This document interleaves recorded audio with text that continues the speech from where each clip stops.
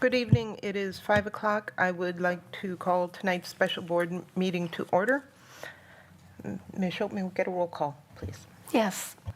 Greg Schneider, Present. Amy Levy, Here. Brian Nichols, Here. Brian Anderson, Here. Tom Hankins, Here. Megan Miller, Present. and Tia Johnson. Here. All members are present. Thank you. May I get an approval of the agenda? So moved. Second. Motion of approval of the agenda by Amy Levy, seconded by Brian Nichols. Any discussion?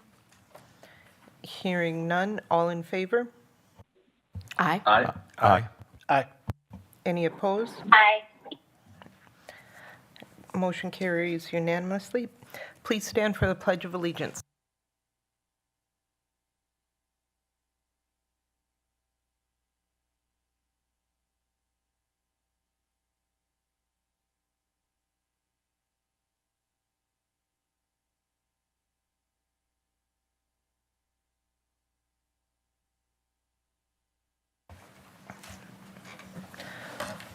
The first item on the agenda tonight is the additional ad hoc budget committee recommendations. Ms. Schultz, were there any other names submitted by board members? I did not receive any submissions. Did you receive was the name Juan Romero added to the list last time? No. Okay, that was a suggestion that I'd like to have added. Okay, and I'm sorry, could you please repeat the two names? I'm sorry, it's just one. Juan, W, or not, I'm sorry, W, Juan, Romero, Romero. Okay. And could you refresh my memory on who the board representatives are for that? The board members for that committee last time were Greg Schneider and Brian Anderson. Okay, do Mr. Anderson and Mr. Schneider, do you want to continue as the representatives, or would you like to pass the baton? I'm willing to continue serving in that capacity. Thank you. Mr. Anderson? I will pass the baton. Thank you. Thank you. Are there any other board members that would like to volunteer to be the representative for the ad hoc budget committee? Mr. Hankins? Yeah, I would like to enter my name, but I also want to ask Mrs. Fox a question if she's available to answer. Yeah. We are asked to submit some names, but I'm not sure. I mean, we submitted names before. I'm not sure who is on the list from last list, or do we have, is that public knowledge on who from 24 or 25, last year's ad hoc, who may not be and attending, and before I submit names. So we do have a list of names, Mr. Hankins. I didn't bring that list down based off of your question right now, of course. Would you like me to go get the list? I mean, or the names? Well, if tonight's a deadline for adding names, yes, I think it'd be prudent. Thank you. Then I'll go grab that list. Give me a second. I have the sign-in sheet from Yed last night. That should Go ahead, Brian Nichols.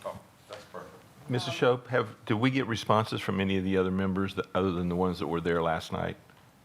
No. No? Okay. And there were two, Maria Aguilar, she on the list before, she never attended, and Miss Christina Durante never attended.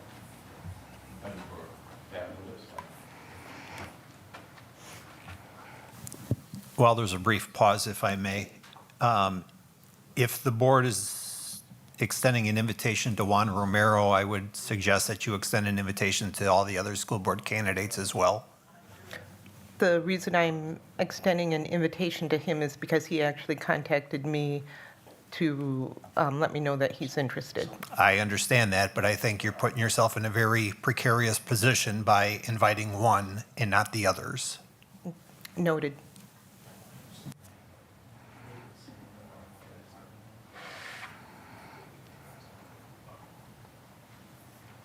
All right, with this information, thank you. I'm good. Thank you. Just to let everybody know what I was talking about with Mr. Hankins, for the record, just because I know that's a question that may come. The list that Mr. Hankins has was provided through an ad hoc committee conversation that we had yesterday. That was provided by Mrs. Fox, and I was just explaining to him what that list was. Thank you.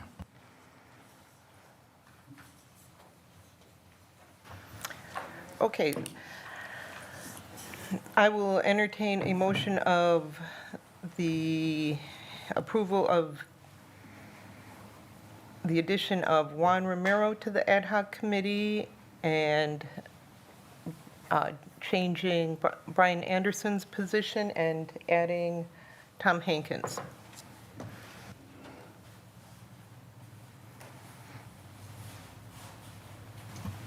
Is there a motion for approval of these names? So moved. Is there a second? I'll second.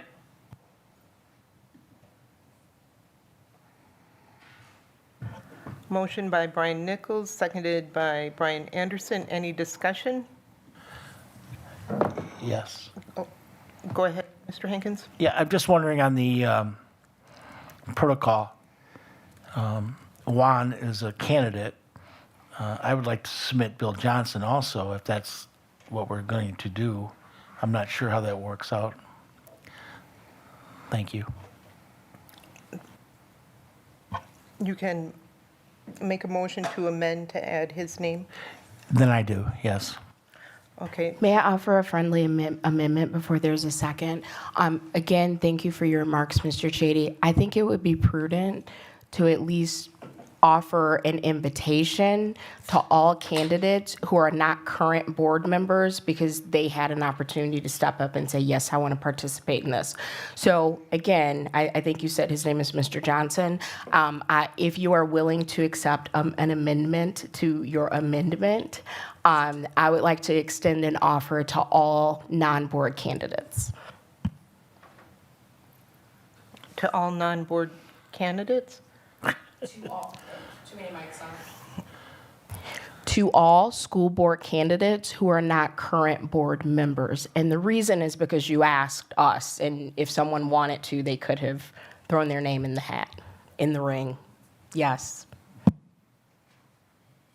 Mr. Hankins, do you accept that amendment? I accept the amendment. Okay. So the amendment accepted by Mr. Hankins to add all school board candidates to the list. Is there a second? Actually, it's non-current board members who are candidates. Non-current board.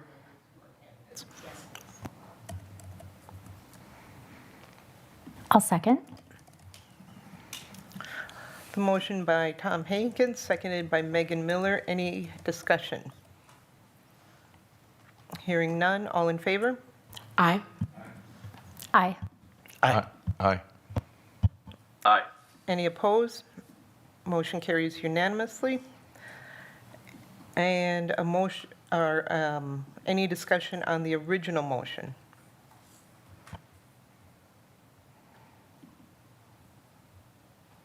Ms. Levy? Oh, no, I apologize. I didn't take my hand down from Okay. before. Okay, so all in favor? Aye. Oops. Aye. Aye. Aye. Aye. Any opposed? Motion carries.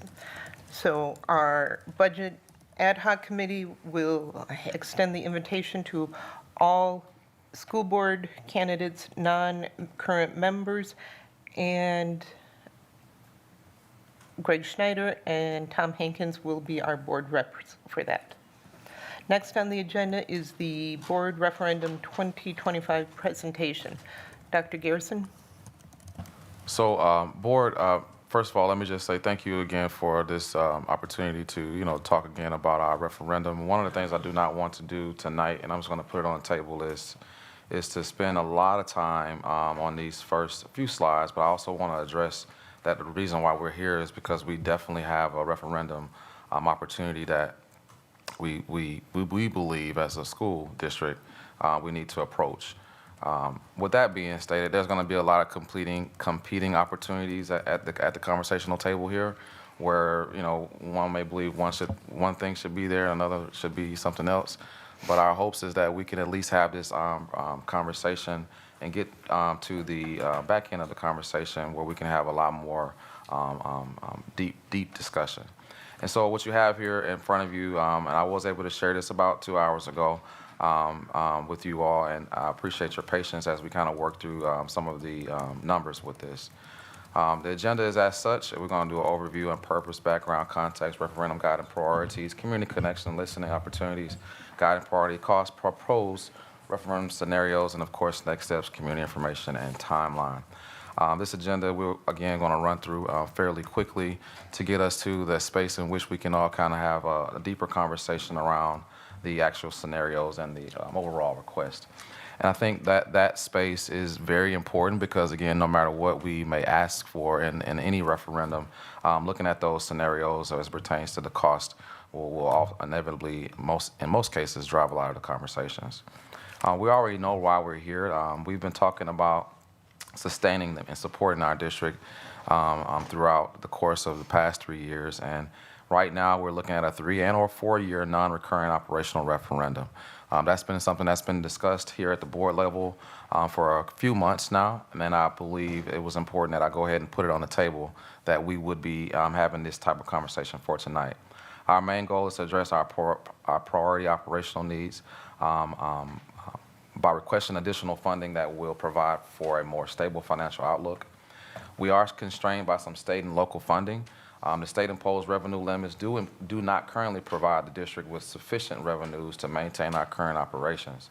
Why this matter? Well, I believe we all know why this matters. At this point, we have to really come to grips with our financial space in the school district of Beloit and our depleting fund balance needs. Not only that, but our overall ability to do the things that we believe is the best things for our students is at question when we don't have these opportunities lined up. And so again, that's the why it matters space. Some of the background context, and again, you've seen this slide before.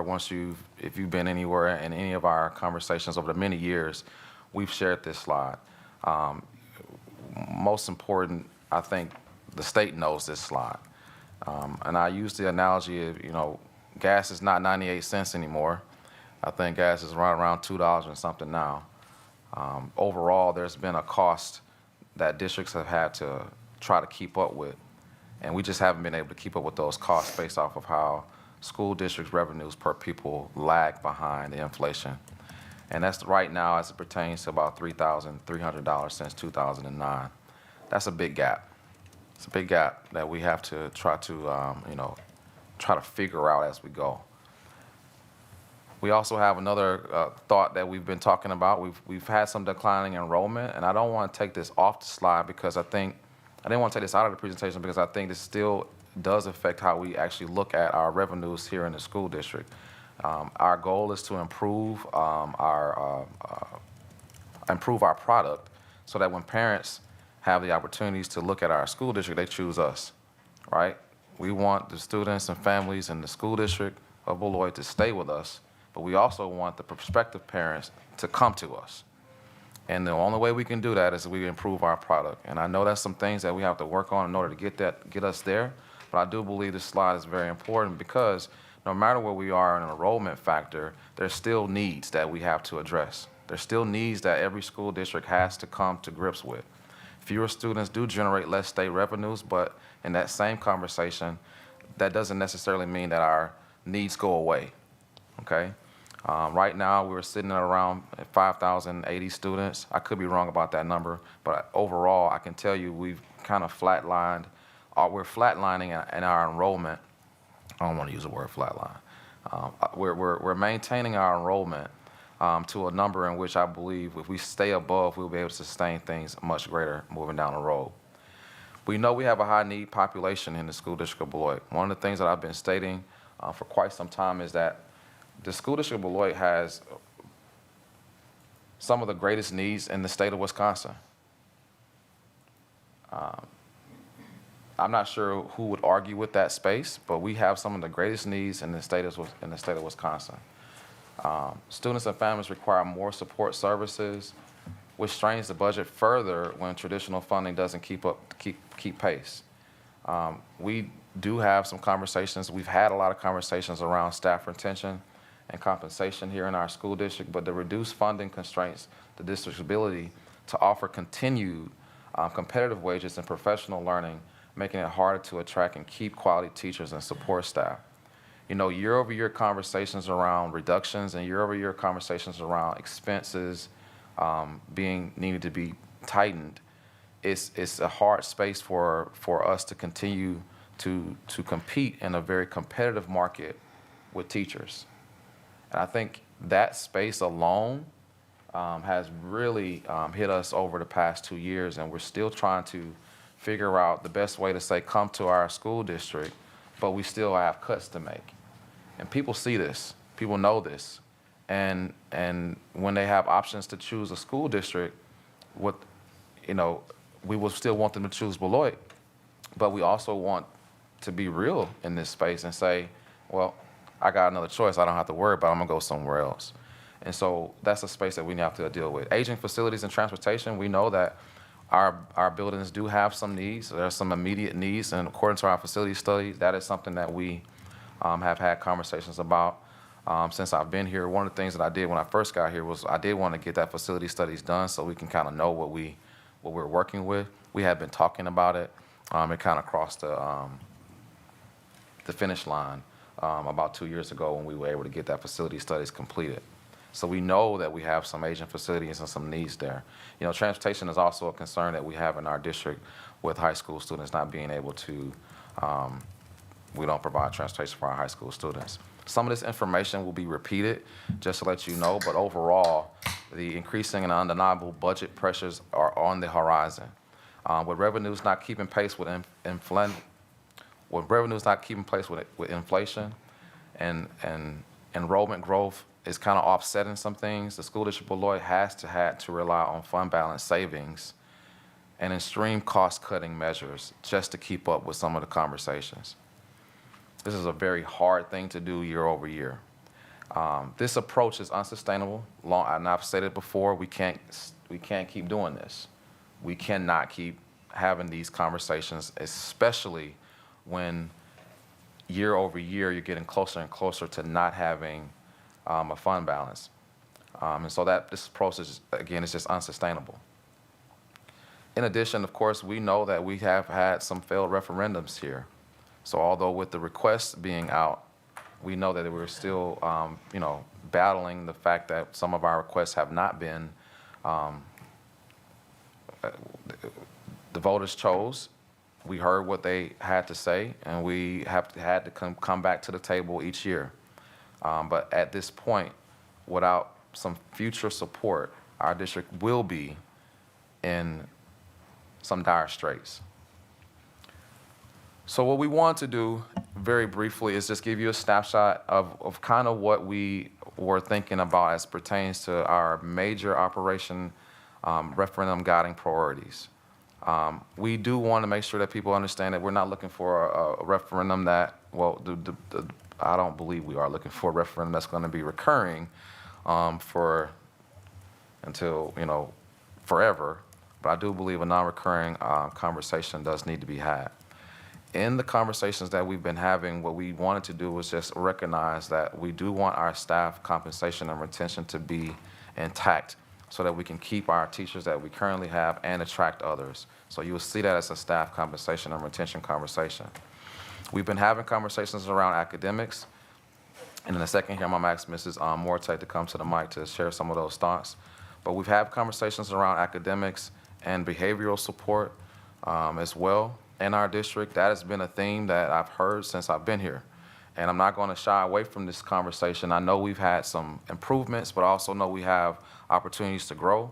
I don't know which one people want to hear more versus the other, but I do know that we've had these conversations before, and we do want to make sure that we, of course, follow our policies and of course, provide additional support as necessary when possible.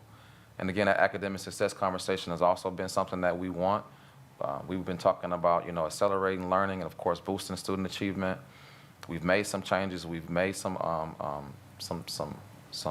growth, but we're not where we really want to be. And then, of course, we talked about another guiding priority was our facilities and transportation and infrastructure upkeep. Again, all of these conversations that you see on these pages will later talk about a cost that comes with this, but these are some of the guiding priorities. And again, that fund balance restoration, it is something that we will have to look at over time, and how we build that bucket in a referendum conversation is also very important. So priority number one, that staff compensation and retention. The reason why we chose this, and we've heard it loud and clear from our staff members, that we have to attract and retain our top-tier educators by offering competitive salaries, strengthening recruitment efforts, enhancing retention strategies to support high-performing, dedicated workforce. We have to do this. We have to do this. This is a conversation that every district is having, but we've had to deal with this differently in the midst of having to make some cuts and some budgetary constraints, budgetary reductions. 2 years ago, when the CPI was 8%, we gave 4%. Last year, when the CPI was 4%, we gave 2%. And so we've been able to do something for our staff, but that's not necessarily what it's going to take to keep all of our staff here. And so we also aligned this with our district strategic plan and district goals, and so I'm not going to spend a lot of time on that, but this thought also captures this page also captures this space. Another space that we want to have, we want to make sure we capture some of the feedback along the way. This is some of the feedback that we've heard, and again, none of this here is new. We've talked about a lot of these spaces over the time, and these themes have been stated to us not just in this past year or just last month, but since I've been here, since we've been here as a board together, and especially as a district administration together. Moving us into priority number 2, our academics and behavioral support slides. I'm going to ask Mrs. Mortek to kind of take us through some of these conversations with this emphasis on academics, and then I'll jump back in on the behavioral support space. But please understand that this goal does strengthen, does impact our whole child development, and of course it also speaks to our student achievement opportunity. Our district strategic plan, again, it does align accordingly. If we target certain opportunities in our school district, I believe we will see some of the growth that I believe everybody wants to have for our entire school district. Additionally, when you're talking about that behavioral space, if students are able to be their best selves, then I believe that they also show up differently and be able to get those academic gains that I think, again, once we're able to prove it to everybody will see. And so I'll turn it over to Mrs. Mortek to kind of walk us through some of the highlights around academics that we believe will be important in this referendum. But again, some of this is not all encompassing, but it does give us a snapshot around what some of the academics could look like. Mrs. Mortek. Sure. So in alignment with our strategic plan, we continue to focus on the whole child. So that's our academic side, and then our social emotional side of the house to make a whole child. And so in understanding literacy, we are looking at the things that we have in that are working, that are showing growth, and how we sustain that, and then how we'd like to also lean in to address those additional needs. So some of those pieces up there, like Lexia Core 5 and our school pace data dashboard, have been showing benefit and have been beneficial. We are this year just beginning pilots for online tutoring.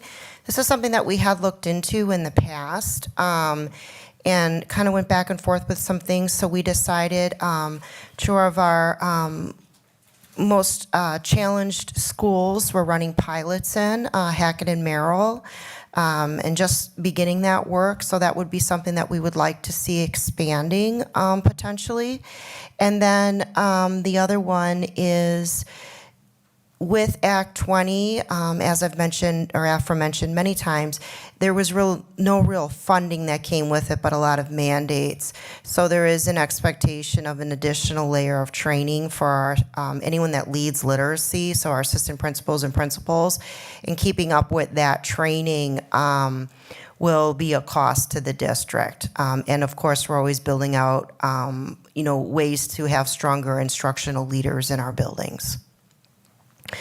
With our math, we heard the other night about the work of Imagine Math. So leaning into that, continuing, we are seeing, as we say in the world of research, larger effect sizes that are ranging into significant, is the verbiage, to also looking at our Eureka Math Squared. That is a 3-year renewal. So we have it for 3 years, but then coming 26, 27, we'll have to repurchase that adoption. And we are seeing a lot of gains already with that math program. Get a lot of positive feedback from the teachers. I was just on learning walks today for math, and we see high implementation of those materials. So really grateful for all of the teachers that have taken on the new learning, and just to see the materials out and people utilizing them with fidelity. So those are the two pieces for literacy and math. So as we jump back in the conversation as it pertains to some of the behavioral supports, we've heard it that our schools does need support in this area. One of the things that we believe we could provide in the support through a referendum, of course, will be to bring back some of the behavioral specialists. And a couple of years ago, after doing some of the research, we used to have behavioral specialists in our school district. Again, it was taken away probably due to different constraints that the district had to deal with. I don't have the 100% of information around why it went away, but I can tell you that we used to have these spaces in the district, and looking to possibly bring back at least 6 of those positions in our district. The assistant principal position at the high school, as you all know, we did have to make some reductions in our administrative team, and we've had to make some adjustments there. The possibility of bringing back that high school assistant principal is something that we would like to explore. From that, we also talked about dean positions. When we made the cuts in the administrative team, we also had to make the cuts at the middle school level. That doesn't mean that the work went away as well. So pretty much the work does still need to acquire, and the dean of students position is something that we could possibly explore at the middle school with possible support. Some of the community feedback, again, we've heard it, that people want smaller class sizes. We do have some conversational points about that. But again, people want smaller class sizes. They definitely want the conversation around English language immersion and dual language immersion support. Safe spaces. We want all our classrooms to feel safe. These are some of the feedback that we was able to capture in this space. Creation of separate spaces for students with behavioral issues, that also came up. And I didn't want to leave these thoughts off the table, but I also wanted to make sure that people understand that, our hopes is that we can improve our behavior with our students so that they can stay in the classrooms that they're currently working with, especially with their peers. As we continue the conversation, in priority section number 3, we've had conversations around facility and safety, transportation, and infrastructure upkeep. Naturally, again, like I mentioned earlier on in the presentation, we do have some critical maintenance needs in our school district. Overall budget for that's going to come with a much larger capital conversation. And so if I would be so kind to just remind the board that this election, this conversation this year, the board decides to go, is our last opportunity for this year. There are no more questions this year that we can bring to the table. There are no more opportunities in November. The next opportunity that we would have would be in April of 26. And I know I keep looking to the left, but I look to the right sometimes too, but I kind of talk with my hands, so y'all just bear with me. I'm also looking at the screen too, and I can't figure out where to sit to make my head not be so over the place. I'll turn like this for the viewers. I think that's something that we want to continue in this conversation as it pertains to our transportation needs. Our transportation, our high school students don't currently get transportation. And I do understand how we were able to do it with providing some of the city transportation, but overall, this is something that we would like to see differently, moving into the future.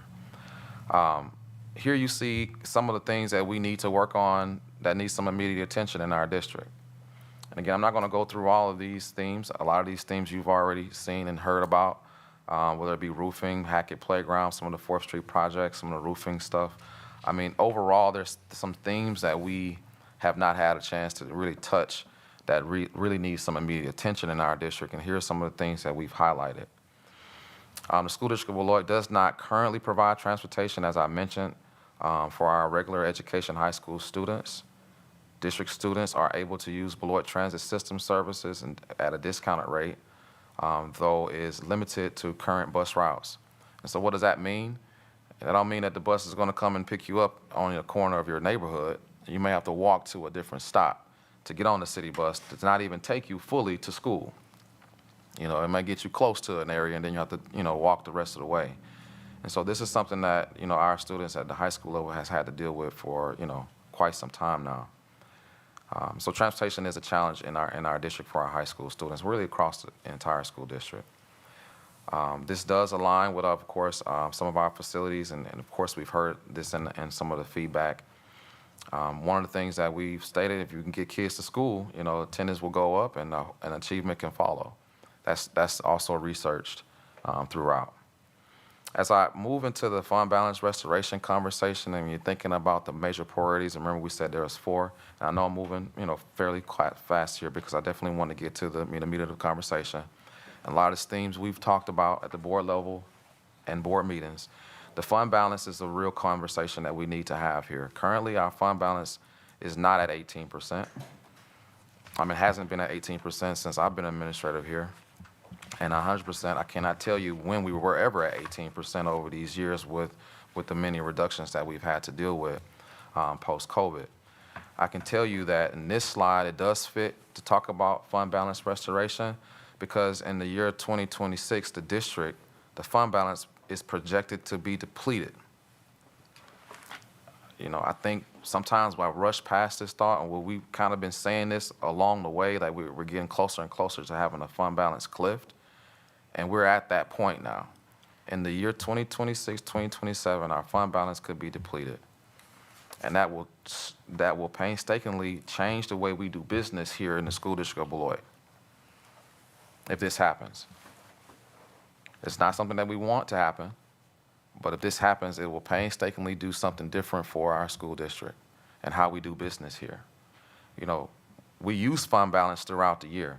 And one of the things that I've stated before, we use fund balance throughout the year because we were waiting for checks to come in from different places, right, from the state. And if we're not able to use fund balance to pay bills or to, tide us over to the next major revenue opportunity, we run into, the possibilities of how we're going to pay for people, and again, running into that depletion space, which will be very hard to deal with in the school district. Things will look drastically different if this is not something we're able to move into. Just like I stated before, we've been having conversations around this, not just last year, but the year prior to that when we had a referendum, and the year prior to that when we first got here and we had another referendum.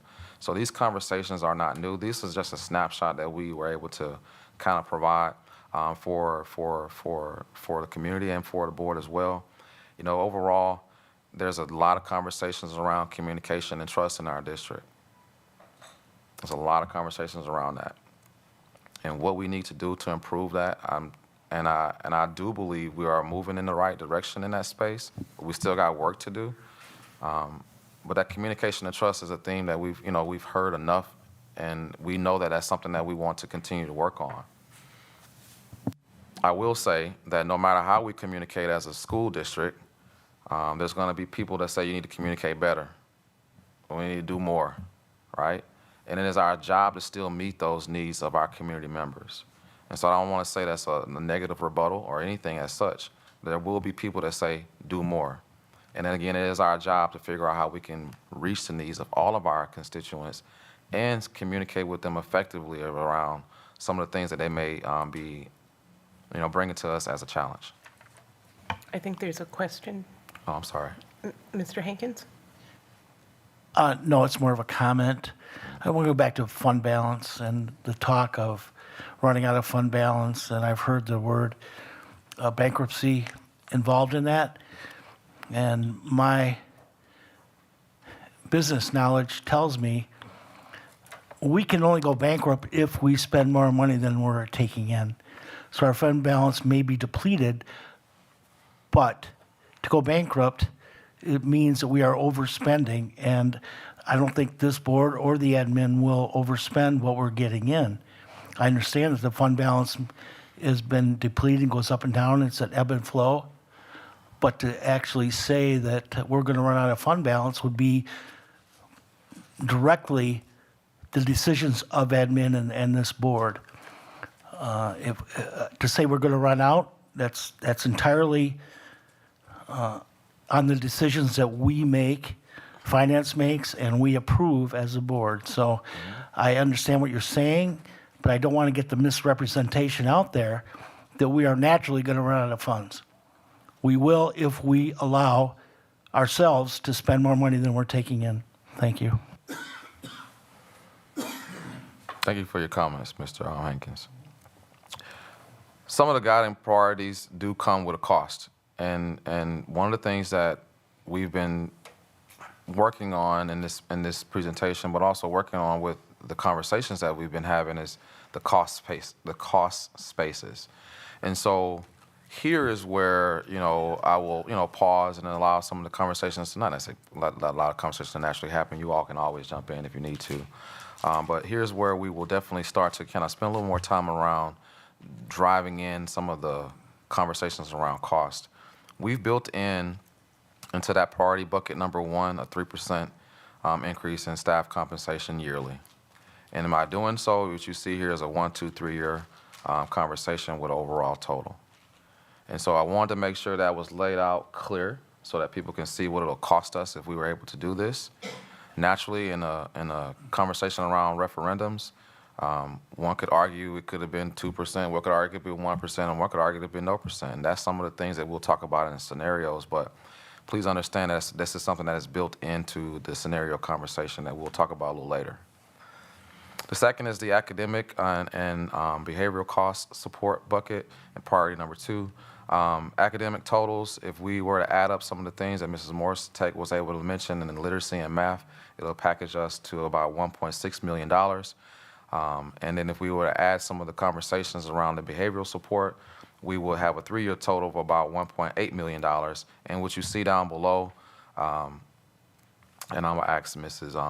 And I apologize, Missy, did you have anything you wanted to add about the behavioral support at all? I'm sorry. I know you walked over there to the table there, and I apologize for that. I can run it back. Nope, you're fine. All I was going to add was, we did have behavior specialists in the past, and that FTE was taken and converted into APs. That's how we got the APs at the elementary schools. So, but the great opportunity we had there was that the behavior specialists were able to work not only with students, but they worked with staff and the engagement of parents as well. So thinking about whole child and where we want to go with behavior, I just think it's important to note that it's not just staff facing, but also giving teachers and parents the tools that they need to support the behavior of our students as well. Thank you so much for You're that. welcome. I saw you walk into the table, and then I saw you walk away, and I got to this slide, and I apologize for that. One of the things that, from a package perspective, that'll be 6 behavioral support positions, 1 assistant principal being added back to the high school, and 2 dean of students positions. And this was a replica of the previous slide with numbers now, okay? And so I didn't want to put it all on one slide. when we were trying to explain our needs versus to show it all in one space. Mrs. Almendarez, did you want to add anything about the pricing, or not the pricing, the cost associated with this at all, please?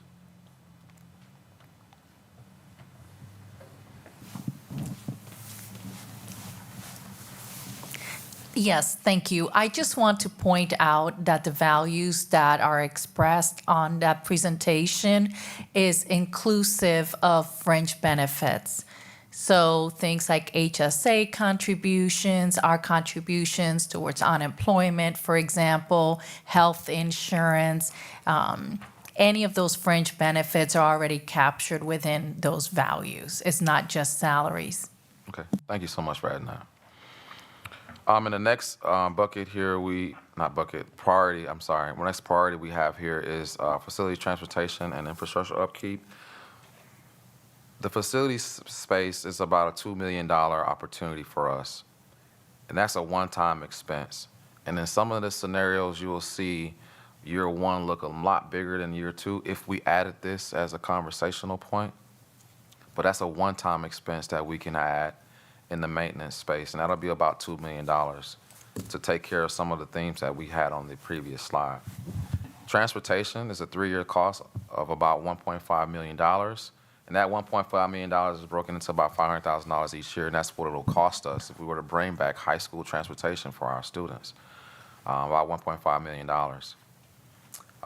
And so, with that being stated, board, I wanted to make sure that we spent the majority of our time laying out some of the other thoughts that you may have as it pertains to our needs, some of the things you may have heard from your own constituents, and some of the things that you may just brought to the table even for tonight. And I'm going to ask Mr. Chady to help me through these conversations. And what I'm passing out to you, can you pass that down for me, please? Sure. Okay, can you pass that out for me, please? And what I'm going to ask for you to do is to let us kind of walk through the scenarios. And again, we will have ample amount of time at this pace to kind of have more additional conversations. And it's going to be less of my team and I talking, but allowing you all to also kind of weigh in around, just some general thoughts.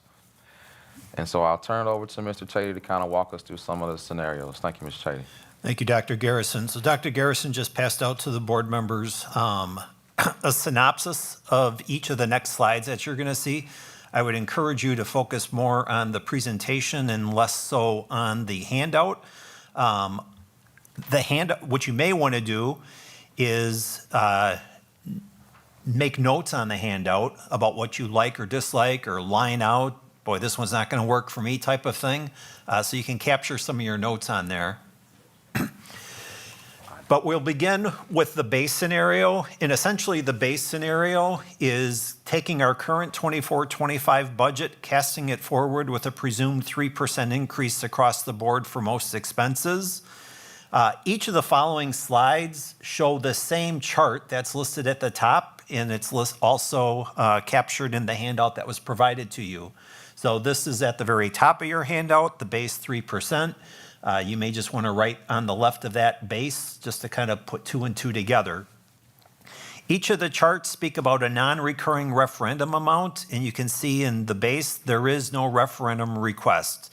So the intent of this slide is to identify what the presumed deficit position will be if each of our assumptions within the model actually holds true.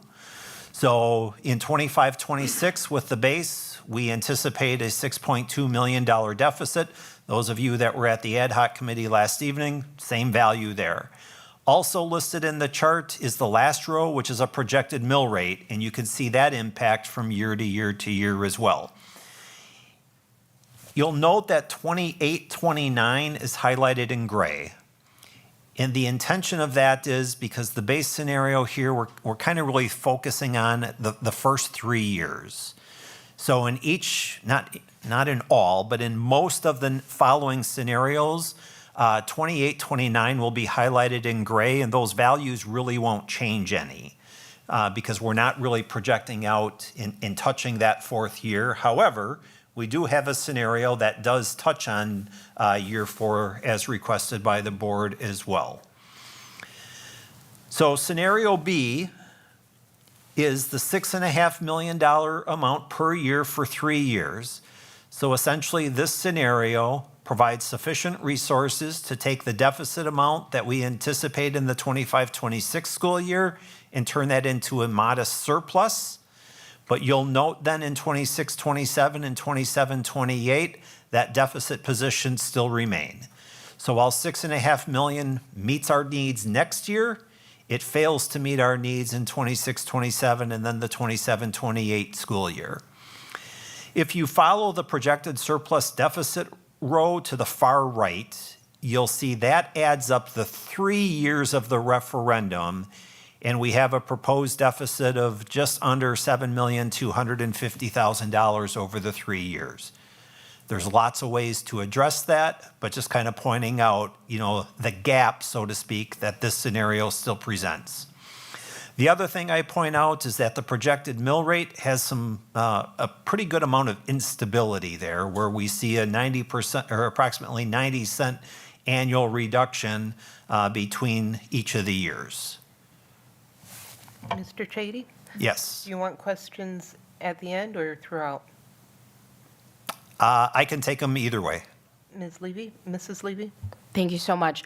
Just a quick question. Would we run into any issues? So for example, under the second scenario with the 6.5 million over 3 years, and that would put us, if I'm reading this correctly, at a deficit in the 26-27 school year. So one, is that accurate?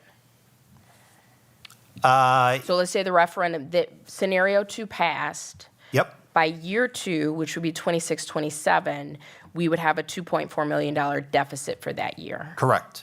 Okay, so, And then an additional $5.1 million deficit in 27-28. not there yet. Okay. Okay, would we run into any issues? Let's say for that first year, just under scenario 2, we're at $6.5 million. And then that second year, we ask for $8.9 million. And then the third year, so we're asking for the base amount plus the projected deficit for year 2 and year 3. Can we structure our question to accommodate that? Certainly, and we got a scenario you'll see momentarily that does that. Perfect. And then my last question for now is, can you go to referendum while you're under a current referendum? Yes. Perfect, thank you. Yep. Mr. Nichols? Thank you, Board President Johnson. Mr. Chady, let's go back to the base. So I need clarification here, because on the sheet that we were given at the end of November and presented on December the 7th at the workshop here on Saturday morning, based on the 3% increases on all expenditures, we were going to have a deficit of $3.9 million instead of $6.2. So that's a $2.3 million difference. And it continues to go up to $8 million in 28-29. So help me out here. What's the difference from December the 7th? So if you recall correctly and reflect back on that December 7th, I think I made a comment that we spent about an hour putting together those scenarios. Yeah. So things are going to change. Okay. Even the scenarios and the numbers that you're looking at today aren't going to be the same come April 1st. No matter if the referendum passes or not. Yeah. Okay. So that's quite a difference. That's all. The only thing I brought it up. The reason I brought it up. I just want to make sure that there's something I'm not. Yep. So I've got that handout that was displayed, and it also casts forward the same membership. So we didn't lose any students from year to year. So thus we're able to retain more revenues as well. Okay. I don't think that's accurate. I'm pretty sure we're going to lose about 2.5%, maybe 3% of students year to year. So that then impacts our revenues. Okay. Thank you. You bet. Mr. Hankins? Yes, I think Mr. Chady kind of answered what I was going to say, but I'd be remiss if I didn't point out on the same thing that these projections, and if I go back a year ago and I was a member in the audience and listening to this presentations on projections, and at that time, we were looking at a $10.8 million need for this year, and then I believe it went up to 11 something and then 12 something the next. And so now, as we look at the projection, we're at 6.2, 8.9, and 11.6, which carries another year extra on there. I just want to remind everyone, these are projections, and they're based on historical data.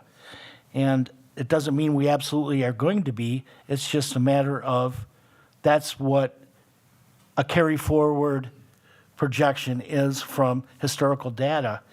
And if we change, if the board changed like they, or ad admin changed last year's, so it weighs into that. So I put a lot of respect into what these models project, but they are projections. It doesn't mean we are going to be. It just means this is the way it is. If we continue on with the spending pattern that we have today, is that not right, or am I way off on that?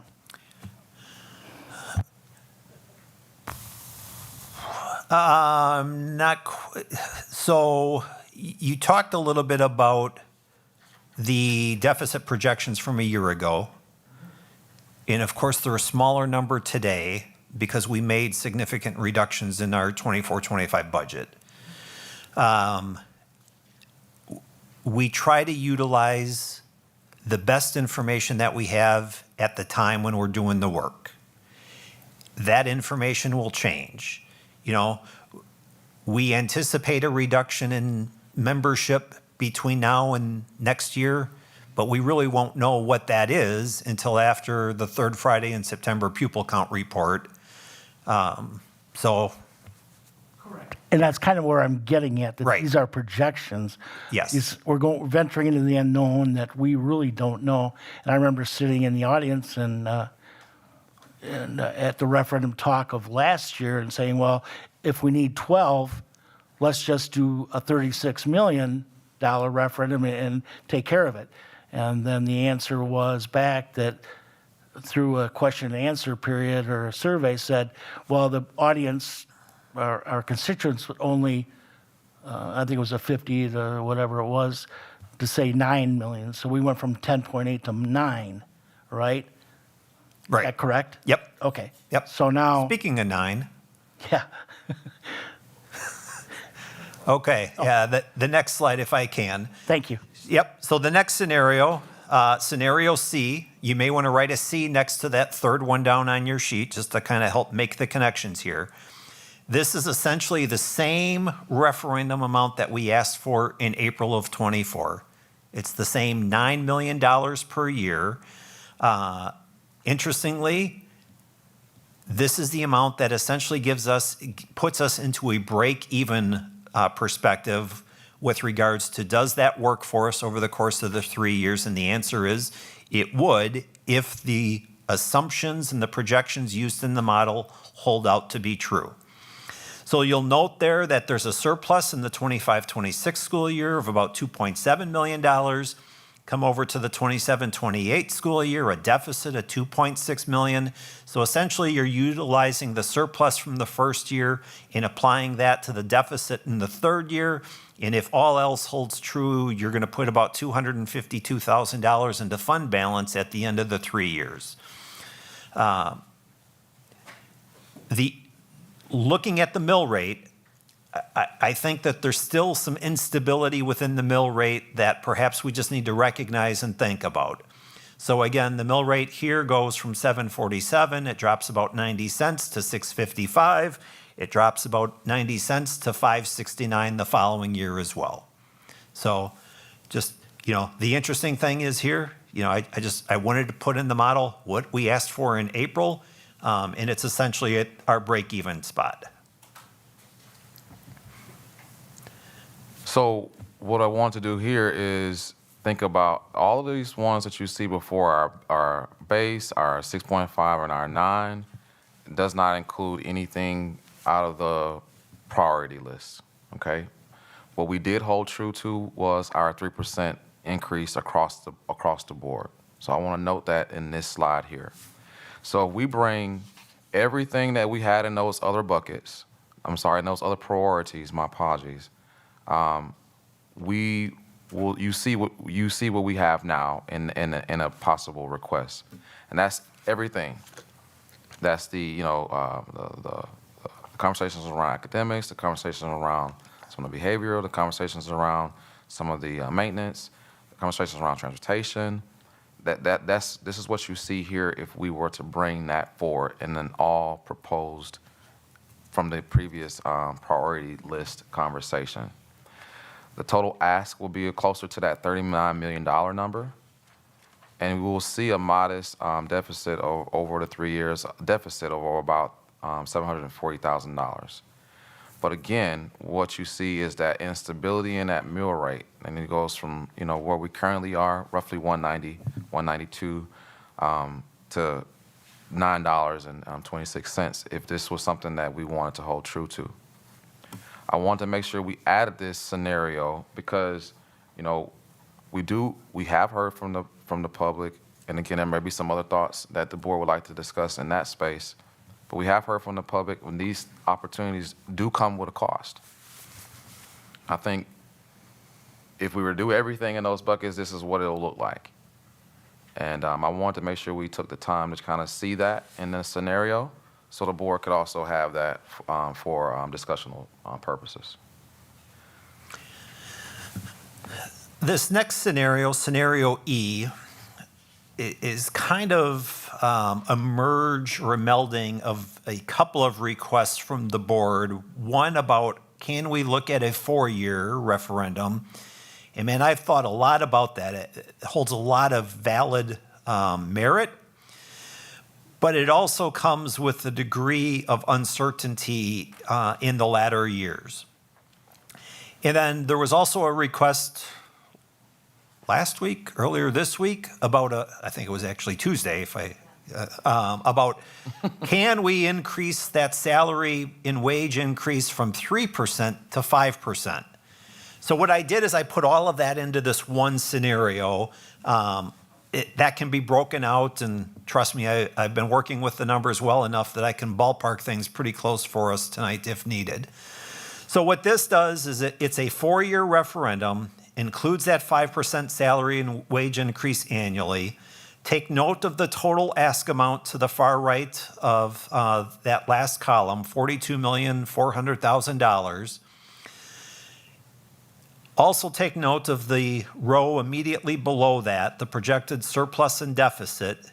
Based on this information, through the 4 years, we still have a $10.9 million deficit to deal with. And then also the significant mill rate drop from year to year, especially the first couple, well, really all 3 years, right? Or 4 years there. And then again, with the 4th year, man, districts used to do 5-year referendums, not as often anymore. Now they're more 4 to 3 year referendums. I don't have a problem administering a 4-year, but I would feel much more comfortable with 3 just because of the uncertainty, in that last year. Just kind of putting it out there. But if the board's interested in 4, and I think through the past month or so, there's been some resonance amongst the board about looking at 4-year options. So we put the one scenario together. I've got others I could share with you verbally, not part of the presentation, but just to share with that. And then likewise, there was an email that we received this morning that kind of proposed a 3-year with a decreasing ask amount per year. So I quickly modeled that as well. And that's listed here as well as scenario F. The good thing about scenario F is that the total non-recurring referendum amount asked over the 3 years is $22 million, whereas in comparison in April of '24 it was $27 million. But we also still have a nearly $10.5 million deficit throughout the 3 years. And again, we still have some of that mill rate instability. I thought I saw a hand raised on the screen, so I'm going to pause real quick before we get into the next two and see if there Do you was. still have a question? I did. I didn't want to interject. I saw that you were going to the next scenario, but since I get to talk now, I will just ask a quick question. So I really liked Board Member Anderson's email that he sent this morning, the one that you were just referencing, modeling off of the 9, then the 7, then the 6. I'm also really drawn to, if I'm counting, would be scenario F, the one below it, approximately the 6.8 mill rate, no new, maintained, is that the one? I'm wondering, I want to honor the spirit of what Board Member Anderson has proposed here by making the comment that I really like scenario F because it's got that stability of the mill rates. I do see that it's more, but one thing that I think that gets often lost in conversations is this just authorizes us to up to, that we don't need, you know what I'm saying? So it is possible if we were going to look more to something like scenario F that maintains sort of that mill rate stability, which, you know, I think property taxpayers appreciate some predictability year after year. I'm wondering if we could, I guess where I'm interested in having a discussion is somewhere in between those two. I really appreciate the idea too of stretching it out for the 4 years, although I understand what you're saying. I mean, so I guess all that just to say, the main reason I raised my hand was just to point out that we could go up further, but that doesn't require us, right, to actually, you know, we can still be reducing spending as needed. And maybe we don't go up to 12.5 and 27, 28. Maybe it's, you know what I'm saying? So there's just a lot of factors there. But I think there's a lot of really great ideas and great stuff to work with here. So just thank you for putting these together. Mrs. Levy? Thank you. It's possible I am reading this wrong, but scenario F that we've just been discussing, that would leave us with an unstable mill rate, correct? Correct, yes. I think, Okay, you mean G then. Yep, yeah, we Your just, G? right. Okay. What's on the screen currently? Yep. Got it. And then I just need a pulse check. Why would it be a good idea, with all of your experience, to ask for a referendum that still leaves us with a significant deficit?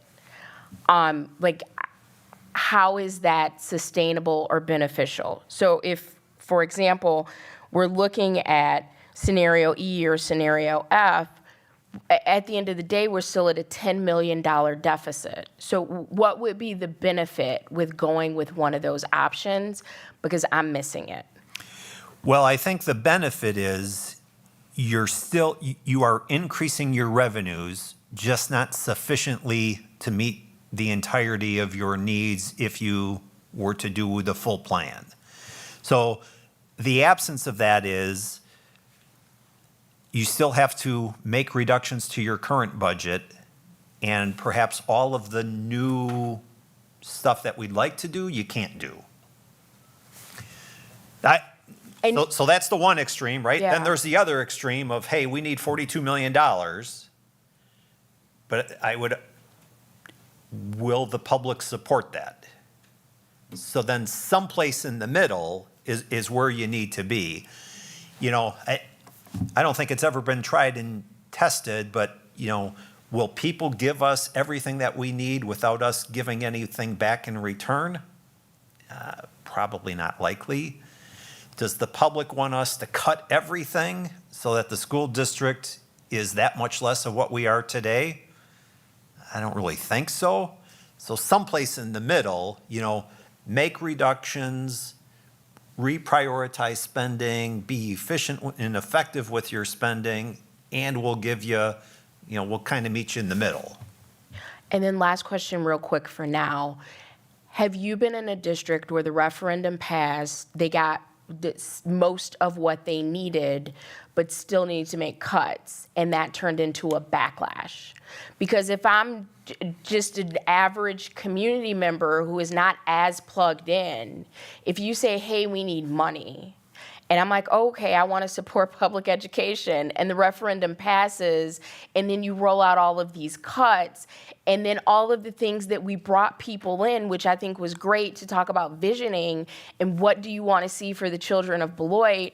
Oh yeah, we're not able to do any of that.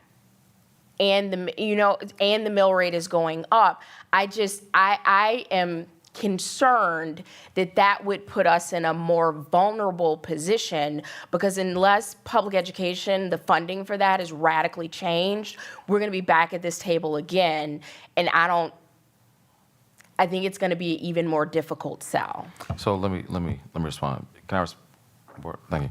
And this is, we just free discussion at this point because all these points are very valid. I think that's what we tried to do over these past 2 years as well. Make some reductions, show the public that we're doing the right thing, and then come back with another request. Do the same thing over, and unfortunately, we can find ourselves in the cycle that Mrs. Levy is talking about, but also understand and respect some of our professional spaces around where we yet to still go. Our hopes, though, in this conversation is that we see what we have done, people see what we are making improvements in, and then, like high achieving school districts, you come back and you keep supporting those things. In every school district, we are always looking for ways to save money. Even in the high achieving school districts, you're always looking for ways to say, what is it that I could do as a district administrator or as a district in general to bring more money back to our opportunities and revenues.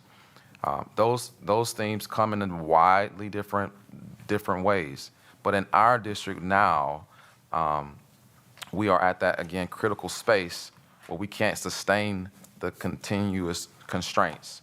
And these continuous constraints will lead to more exodus of our professional staff, less likely programs, less programs, and it kind of keeps putting us in this, I had to say merry-go-round, but it kind of puts us in this space where we can't continue to work effectively. And that's the hardest part about all this. Like, all of our teachers are working, all of our staff are working, but we also want to work effectively in this space and not just kind of get by. In that thriving space, that doesn't happen. And so, Mrs. Levy, I do understand your sentiment as pertains to asking for a certain amount and then still bringing reductions to the conversation. And it's like that, you're just kind of playing a tug of war and you're never really moving anywhere because in that space, we're not necessarily thriving. And that's kind of where we've been working from. We want to go from here in the school district. But let me go to the slide G. I'm sorry, Miss, go ahead, Miss. Megan Miller? I was actually going to comment on scenario G. If you want to go ahead, is it okay for me to jump in after Dr. Garrison's thoughts? Oh, yeah. Was your comment on it after D? It's an overall. Go ahead. Oh, is that okay? Okay. Well, okay, so Dr. Garrison, thank you for that. And I guess I want to backtrack a little bit. And earlier in the presentation, I just wanted to say I really appreciate how the community input pieces are included on the slides. And I like how they're included with costs. So Mr. Chady, when you had said earlier, the community wants to see that we're going to give something back. I mean, that's what we're giving back. So it costs money to do the types of things that we want to do. We want to accelerate achievement. We want safer spaces. We want to be the school district of choice in Rock County. So you can't do that maintaining status quo, which is, Dr. Garrison, the point that he just made, is unsustainable anyway, right? Our status quo isn't working. And so we want to get into that thrive space. So that's more of a general comment. And then I did just want to clarify, scenario G is the one I was talking about. So I am so sorry that I did not follow directions and I didn't take my pen out and label, but I did now, thank you. But yeah, I really like the stability in the mill rate on scenario G, and I do think that there is some give and some in between there, right? That would maybe bring the overall cost down.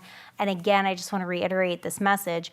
Even if it says it could go up to $9,750,000, that doesn't mean we're going to go up to that piece. And I think just that continued transparency of this is the price tag on, we have to re-up Eureka Math, but that's not going to happen every year, right? And so, I think that's a big point of conversation that I don't want to lose as we're making these decisions, that we can focus on academic growth and accelerated academic growth and increased safety and all of the things that our community has told us they've wanted, which was beautifully articulated in these bullet points here.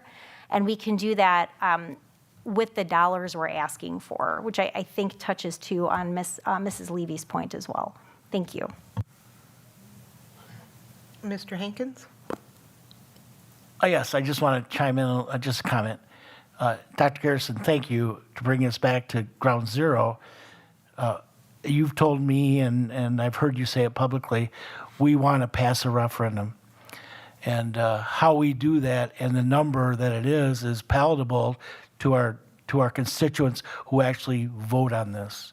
It's not saying that we don't need more money, because obviously we do, but we need to pass this. And so I agree with you 100% that that number is the guessing point. You know, what is the district going, what is our constituents going to vote yes for?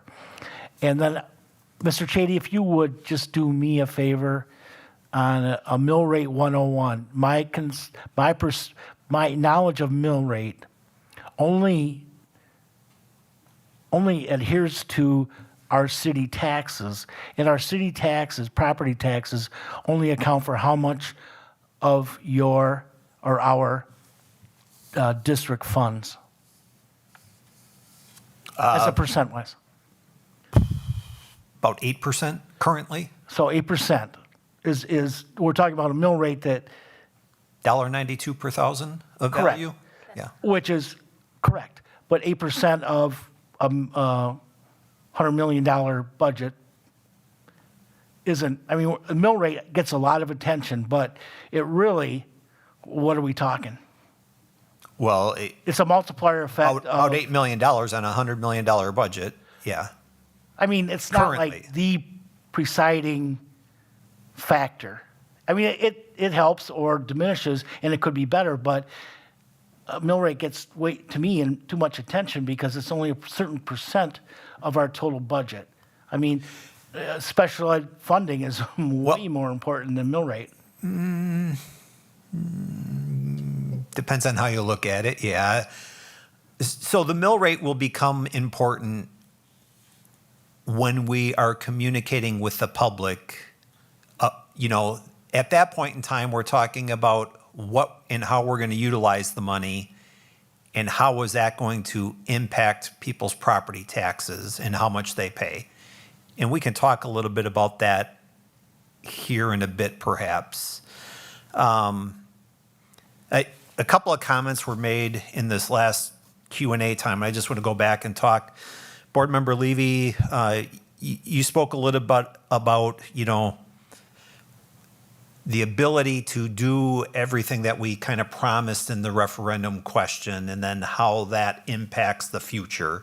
I mean, the reality is, once you start down this operating referendum road, we're in this process. It's a cycle that's going to repeat itself every however how many years, until the taxpayers need some relief, and then they vote no at the ballot box. No better example than Orfordville Parkview School District to our west. You know, the last three election cycles, they had none of those passed. You know, they had a history of operating support, and then the taxpayers just kind of said, hey, wait a minute, we need a timeout. And it's been a long timeout. So hopefully they're successful as they're doing the same thing that we are here next week as well. More importantly, we have to be very cautious and intentional about how we word the question and what we tell people we're going to use the money for and how we're going to use it. And we need to deliver on that without question. Even if you have to make reductions elsewhere in the budget, you have to deliver on what you told people you were going to do with the money. Because if you don't deliver on that, 3 years from now, when we're back having the same discussions about future referendums, it becomes a lot more uncertainty there. There was also a comment about, it doesn't mean that we have to use the full value of the referendum amount. I would say that that's true, but I would also say that it would be wise for the school district of Beloit to utilize your full revenue limit authority going forward. And the district always has. So let me talk, if you were to under levy, that's what it's called when you have an authority to do, you know, our revenue limit says you can generate $70 million, $60 million is going to come from equalization aid, so you're putting $10 million on the property tax. The board doesn't have to put $10 million on the property tax. The board doesn't have to put any on the property tax. They can just say, we're going to use the $60 million and we're going to forego the $10 million, and we need to make $10 million in reductions. But it would be wise for us to use the full property tax authority because that then provides you the opportunity to generate revenue that then you don't use during the budget and you can put back into fund balance. We're not taking operating fund money and going and buying lottery tickets, you know, hoping that we win the Powerball and what, 240 million or whatever it is. You know, so just to be cautious about that. I've worked in a district that has under-levied, annually under-levied. That was a trying district to be in. So just, so those comments, I think I see a couple of hands, so let's do those before we talk scenario G and H. Mrs. Levy? Thank you so much. It's my understanding that even if we don't go to referendum, mill rate is going up next year. One, is that accurate? And two, do you have an estimate of what the mill rate will be if we do nothing? Yes and yes. Perfect. And you probably want the number, so I'll tell you the number. Please. So based on the current modeling that we're working off of, yeah, thank you, it's coming back here to the base. So that top scenario on your handout, 2526, $4.44. So currently, the mill rate was $1.92 for this current school year. So next year, doing nothing, no changes, based upon what we're looking at, we anticipate that the mill rate's going to rebound to $4.44. And then really the question is, when we add on any operating support, how much more does that cost? So that's where I was going. Great segue. Thank you. So it would be accurate for, let's say that we go with scenario H. It would be accurate for us to explain that to the community is we're asking for an additional $3.30, give or take. So yes, the total will be $7.53, but even if we did nothing, we're still going to be sitting at $4.44. We'll have Do to. you think that's at all misleading? Not at all. Okay. And we will have to intentionally educate the public about that. Mill rate of $1.92, it's going up to $4.44 thereabouts no matter what we do. We simply are seeking to go from that level to a higher number to support. Yep, Thank you.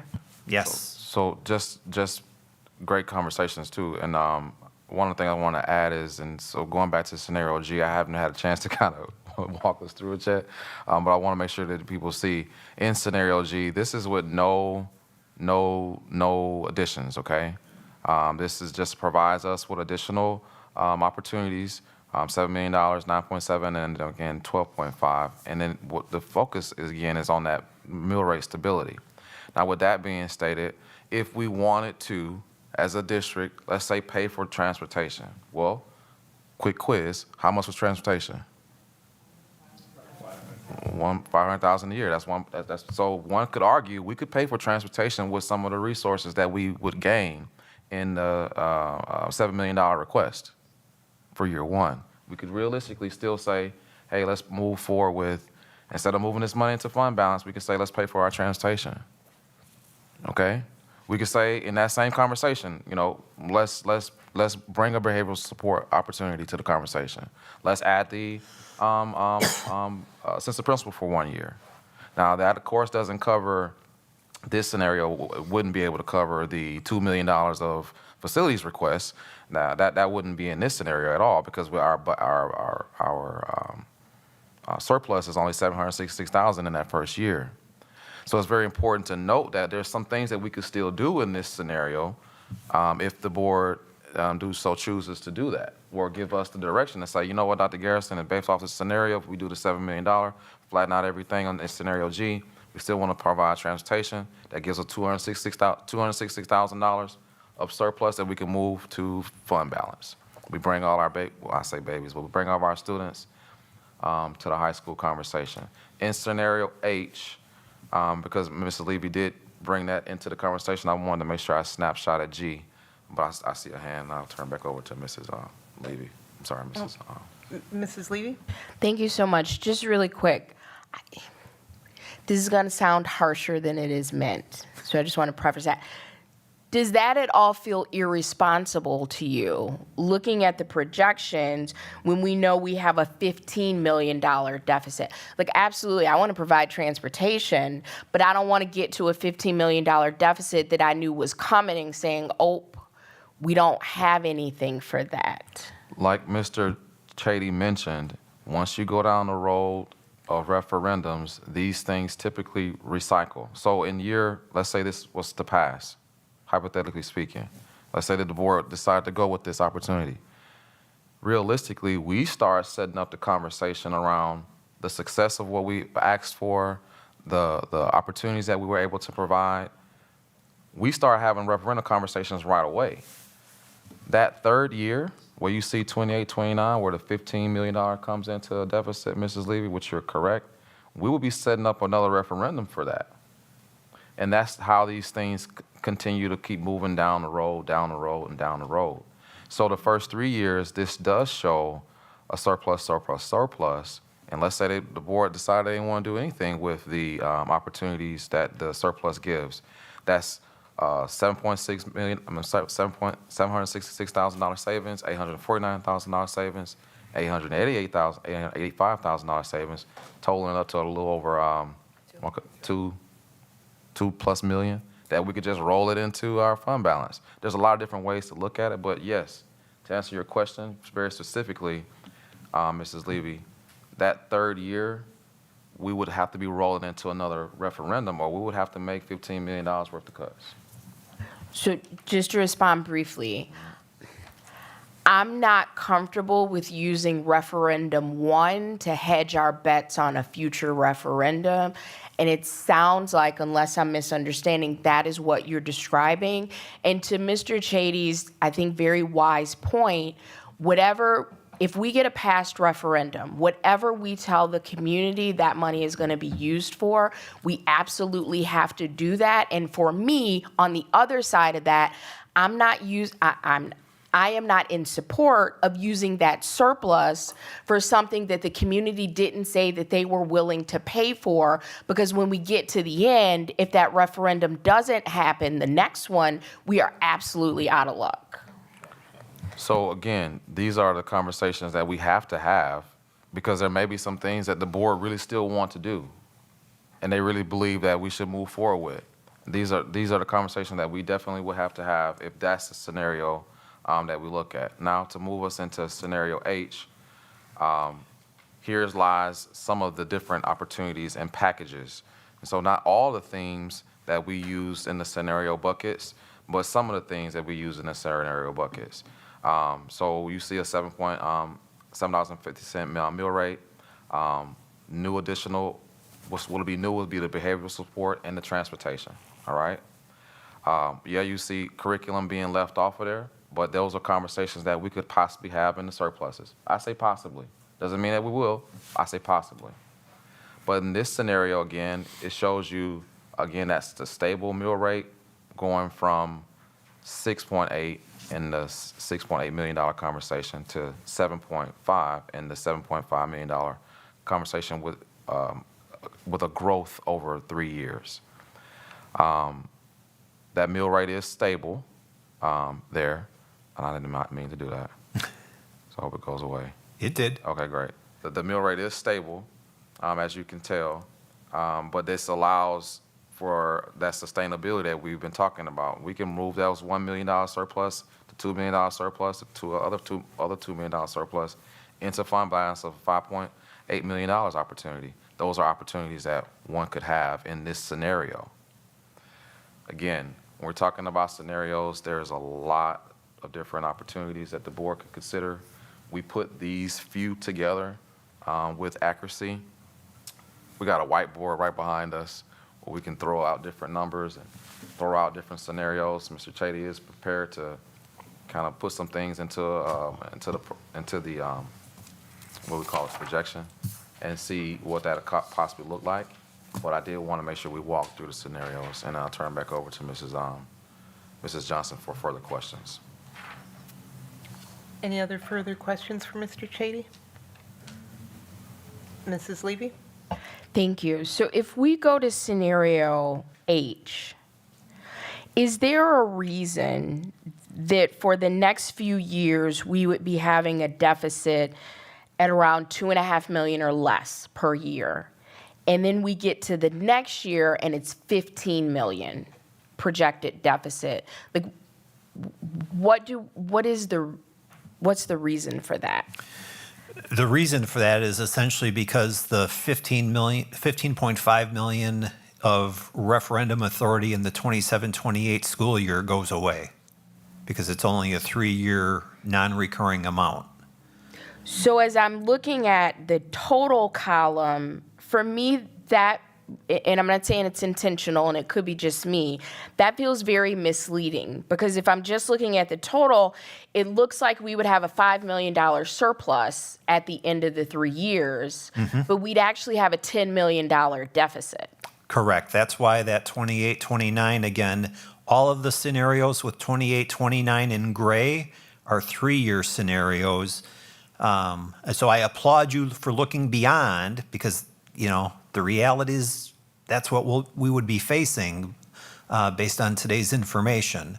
But yeah, so the total column to the right only calculates in the years of the referendum in those scenarios. So here's my concern, and okay, help me understand this. What do we really need to ask for to get through the next 3 years with stability and then be okay on year 4? Because it seems like instead of that 38 million, we need to be doing 38 plus 16. And I'm almost scared to ask what year 5 would look like. This just seems like a hole that there is no way out unless there's some miracle of radical financial support for public education. Right. So looking at scenario H, Yes. if you wanted to alleviate the deficit in the 28-29 school year, you would essentially add $5 million to the request amount in each of the prior 3 school years. Technically, it would still give us a $666,000 deficit, but that's how you, essentially then, that higher ask amount for 3 years will get you through 4. School districts have done that, Okay. where they have stretched their request amount for an additional year or 2 before coming back and asking the voters for operational support again. So one final question for now. Does it kind of not matter? And what I mean by that, okay, so just go with me. This is going to take like 20 seconds, promise. When I was growing up, my favorite book was The Monster at the End of the Book, right? You might be familiar. I feel like even if we did that thing you just described and added in a 5-year buffer, then that next year is going to be the monster at the end of the book. Is that... You're nodding yes. Yeah, I mean, Okay. we've probably have heard the term fiscal cliff, right? You know, we're at that cliff and we're looking off and we're about to jump and we're going to hit bottom if we don't do anything else, you know, and then all of a sudden we start walking forward and we go, oh no, there's another one. And that's just how funding, unfortunately, that's how it's set up. You know, over the last couple of weeks, I've heard comments about we got to get out of these annual cuts. I understand that, but that's how public school operates. That's how districts just operate. You know, every year, there is no district in the state that has enough money every year that they don't have to make reductions. It just doesn't exist. Even Milton, who just passed even Milwaukee, who just got, what, $252 million a year? We're still doing cuts and closing schools. Right. Thank you. But you will still get the backlash. And I think that's the problem with the funding mechanisms in our state. And I know this is a much greater conversation, especially when we start talking about state funding, how we're funded and underfunded and all those conversations, but that is the space, and that is why, you know, of the, you know, 90 plus school districts went just last in November. And you're going to see another slew of us go possibly in April. And then a whole bunch of them will go again in 2026 because that's where those questions will line up and people have planned for referendums to come back again in April of 26. That's how districts have been able to survive with so many competing factors.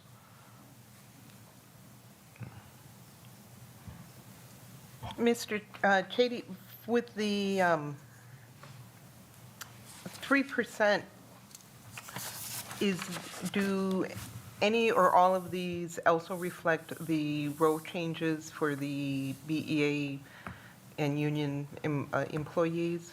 Well, depends all- upon how you interpret the 3%. So the row advancement for BEA is 2.12%. So yes, we can attend to the row advancement and give them an additional 0.88%. Is that sufficient for the board? I don't know. Okay. Pre-Act 10, teacher salary schedules provided for 3 annual opportunities for a teacher to receive a pay increase. They received a pay increase because they stayed an additional year. They received a pay increase because over the course of the last year, they took some college credits. Because you take college credits, you can take intro to basket weaving. You can be the math teacher, but you could take intro to basket weaving, get your college credits, and move to the right into the next column. And guess what? The next column pays you more. And then on top of that, then you negotiated your percentage increase. So then everybody got the COLA, the cost of living adjustment. What was it?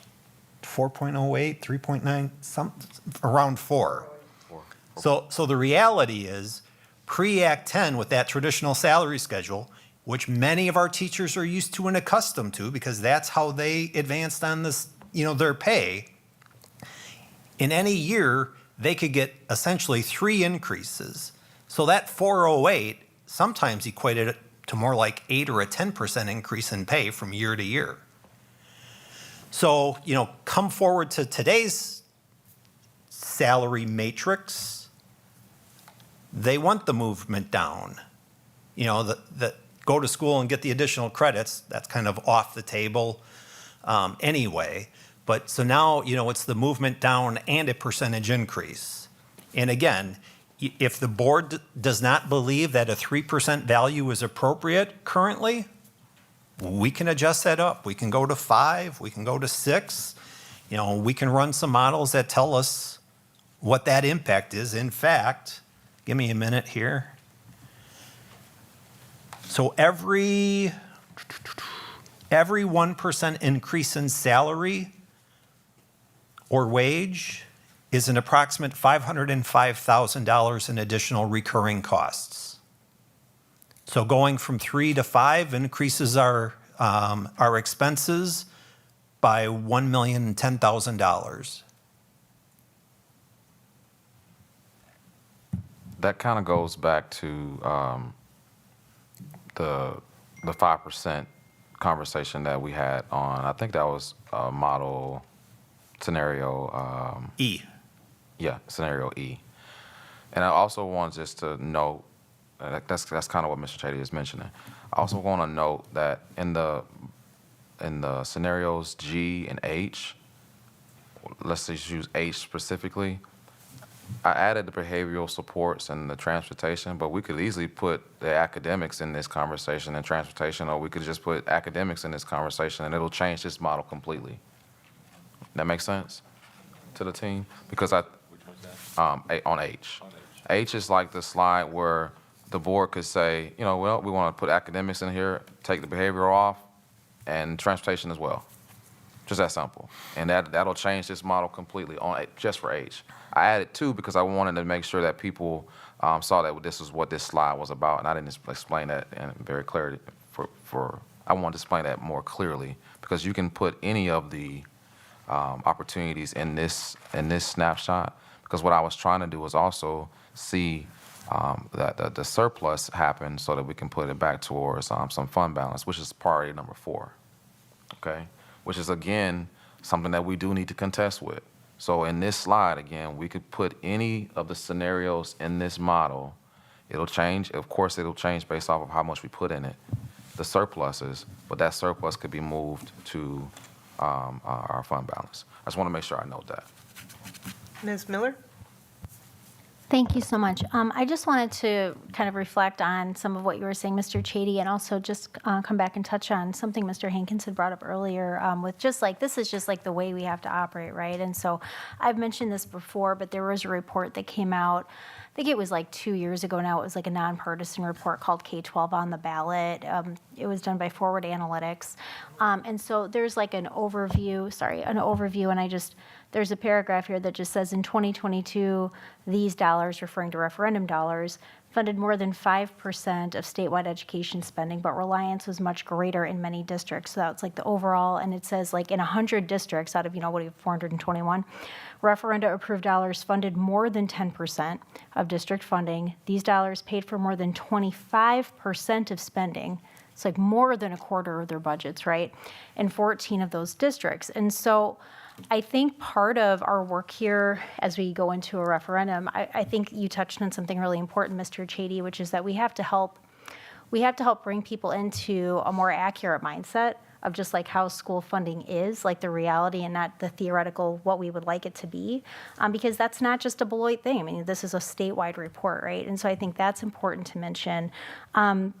Last comment to that point, the way that current school funding is set up across the state, not only is the state asking communities to do, the community share, which is, the property tax part, right, of the school funding, it's really set up that taxpayers sort of have to double dip, and which is what this report says essentially, and that's just like not only the way it's set up, but our mill rate is going to go up anyway, even if we don't pass a referendum, because it's like a seesaw. And like the state's only going to give us so much state aid until they're going to automatically kick it back into the property taxpayers.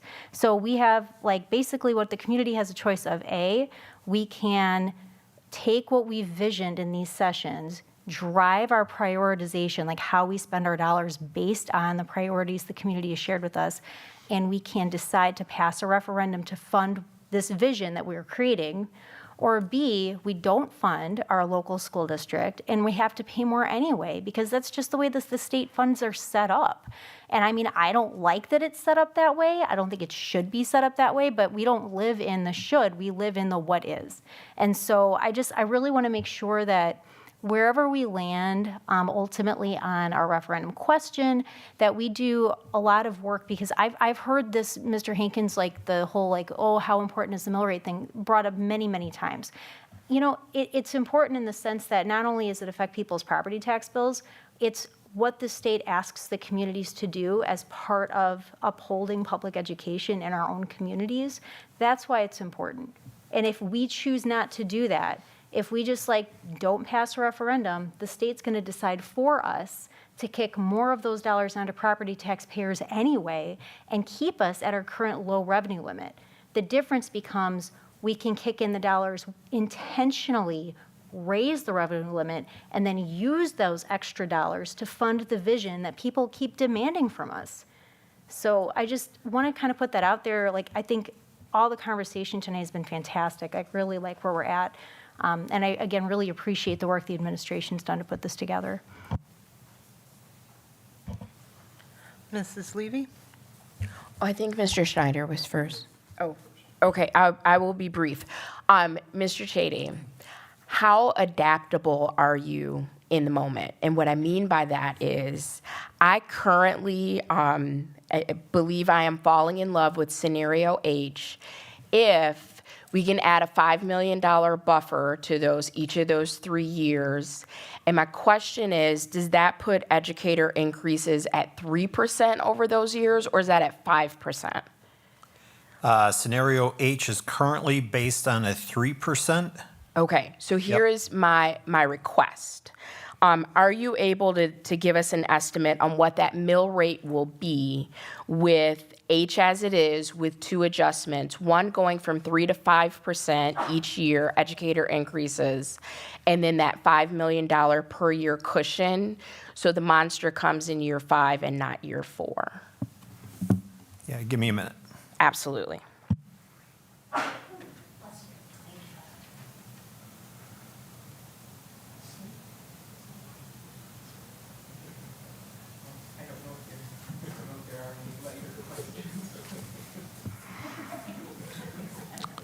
So just calculating the mill rate for 25-26, scenario H, adding in 5 million and including the 5%,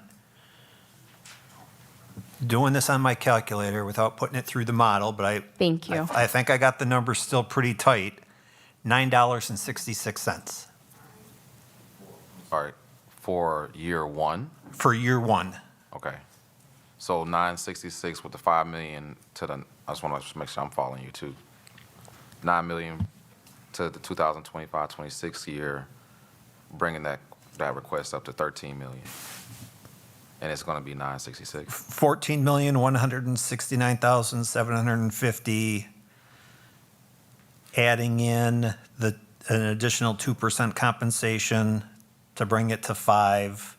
Got it. Yeah, I can put that through the model. It'll take me a little bit longer to do that. No, but no, no, that I was- think I'm pretty close. And then going from 3 to 5, that's an additional what million per year? Just over $1 million. So the total request, if we do that 5-year buffer and go from 3 to 5%, would be about 56 million. So, Because we'd have the 38, I round it down a little bit, and then adding 15 million, and then another 3 million. So right at about 56 million. all right, so let me just back up a minute and make sure that I've got clear understanding with you. So we're taking scenario H, Yes, sir. adding in $5 million per year to kind of alleviate that year 4. Yep. So that And would, then the additional 2% increase in salary, we're also seeking that additional $1 million for each year. for each, okay. Yeah. We can add 33 cents to that 966, so now we're at essentially $10. Thank you. You're welcome. And if that $10 sounds familiar to you, you may recall that the School District of Beloit mill rate has traditionally been very stable, right around that low $10 value for a number of years, prior to it dropping to $4.78 3 years ago, $3.96 2 years ago, $1.92 this year. Got a thing for numbers, sorry. Mr. Schneider?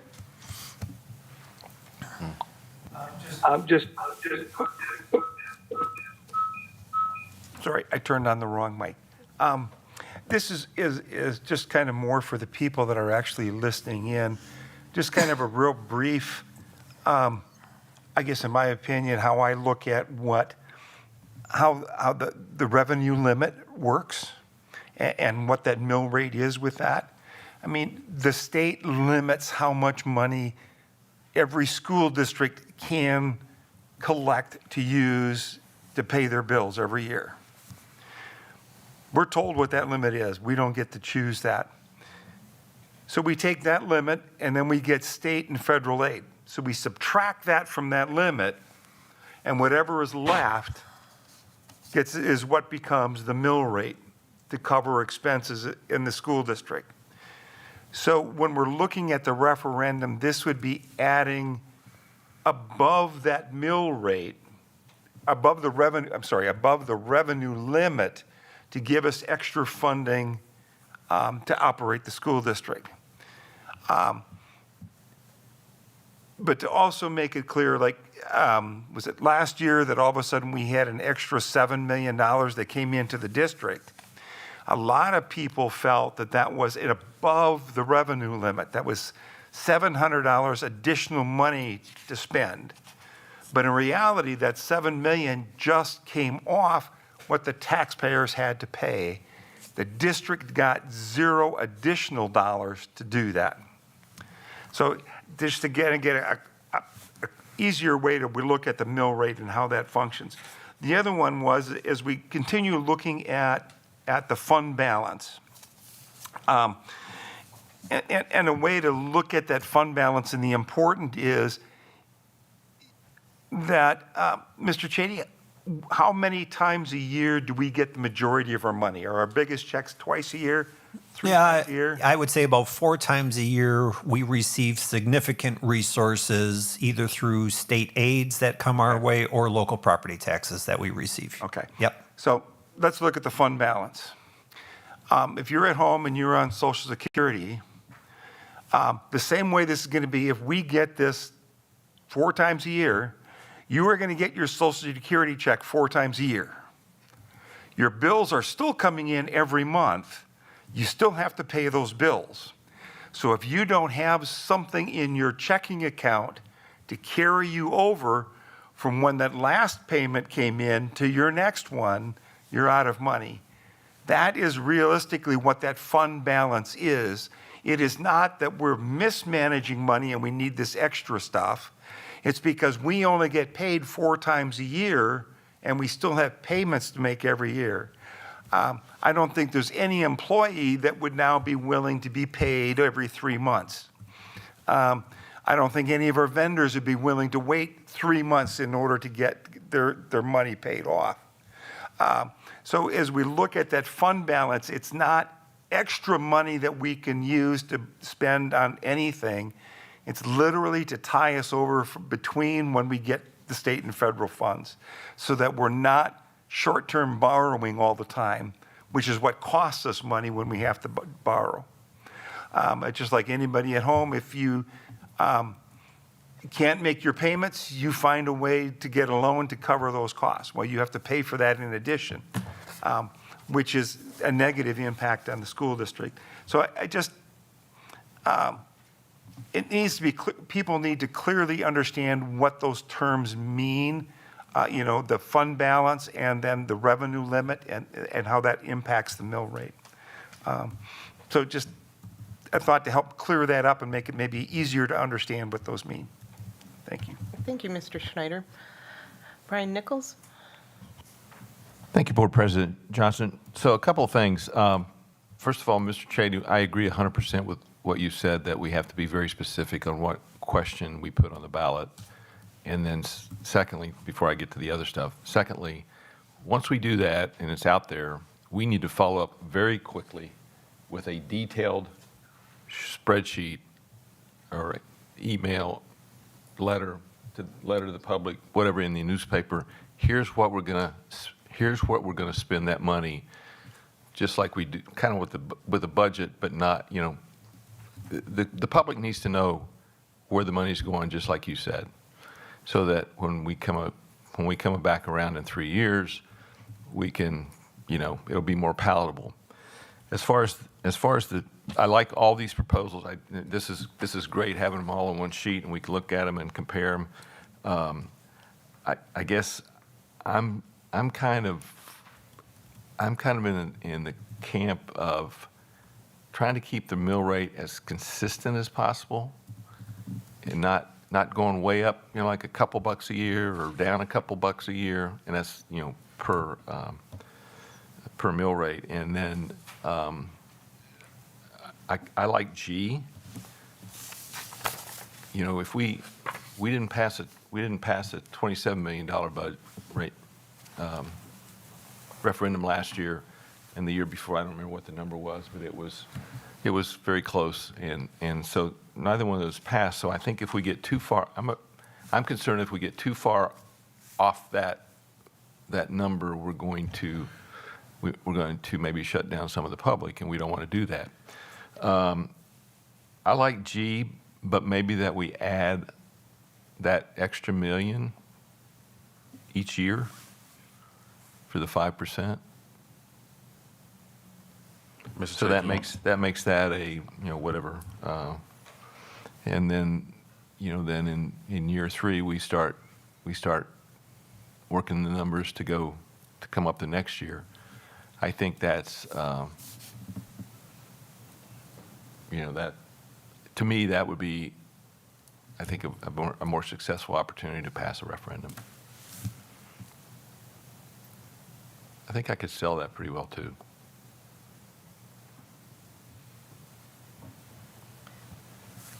Ms. Miller? Boy, it got quiet. No, that's real. No, thank you. Yeah, just two really quick questions. Love the comments that I just heard. That makes a lot of sense. Just one thing. One of Mr. Anderson's comments in his email was the idea of doing like a larger bump for pay. And I had to pull it up. I think it was like 6% and then kind of leveling out. I was just wondering, I don't want to burn out your calculator there, but if it's possible to calculate that type of maybe kind of spike and then sort of cascading staff increase, because I think that speaks really, really well to that first priority of staff retention. So I'm wondering if and how it might be possible to sort of account for that type of a bump in pay for staff.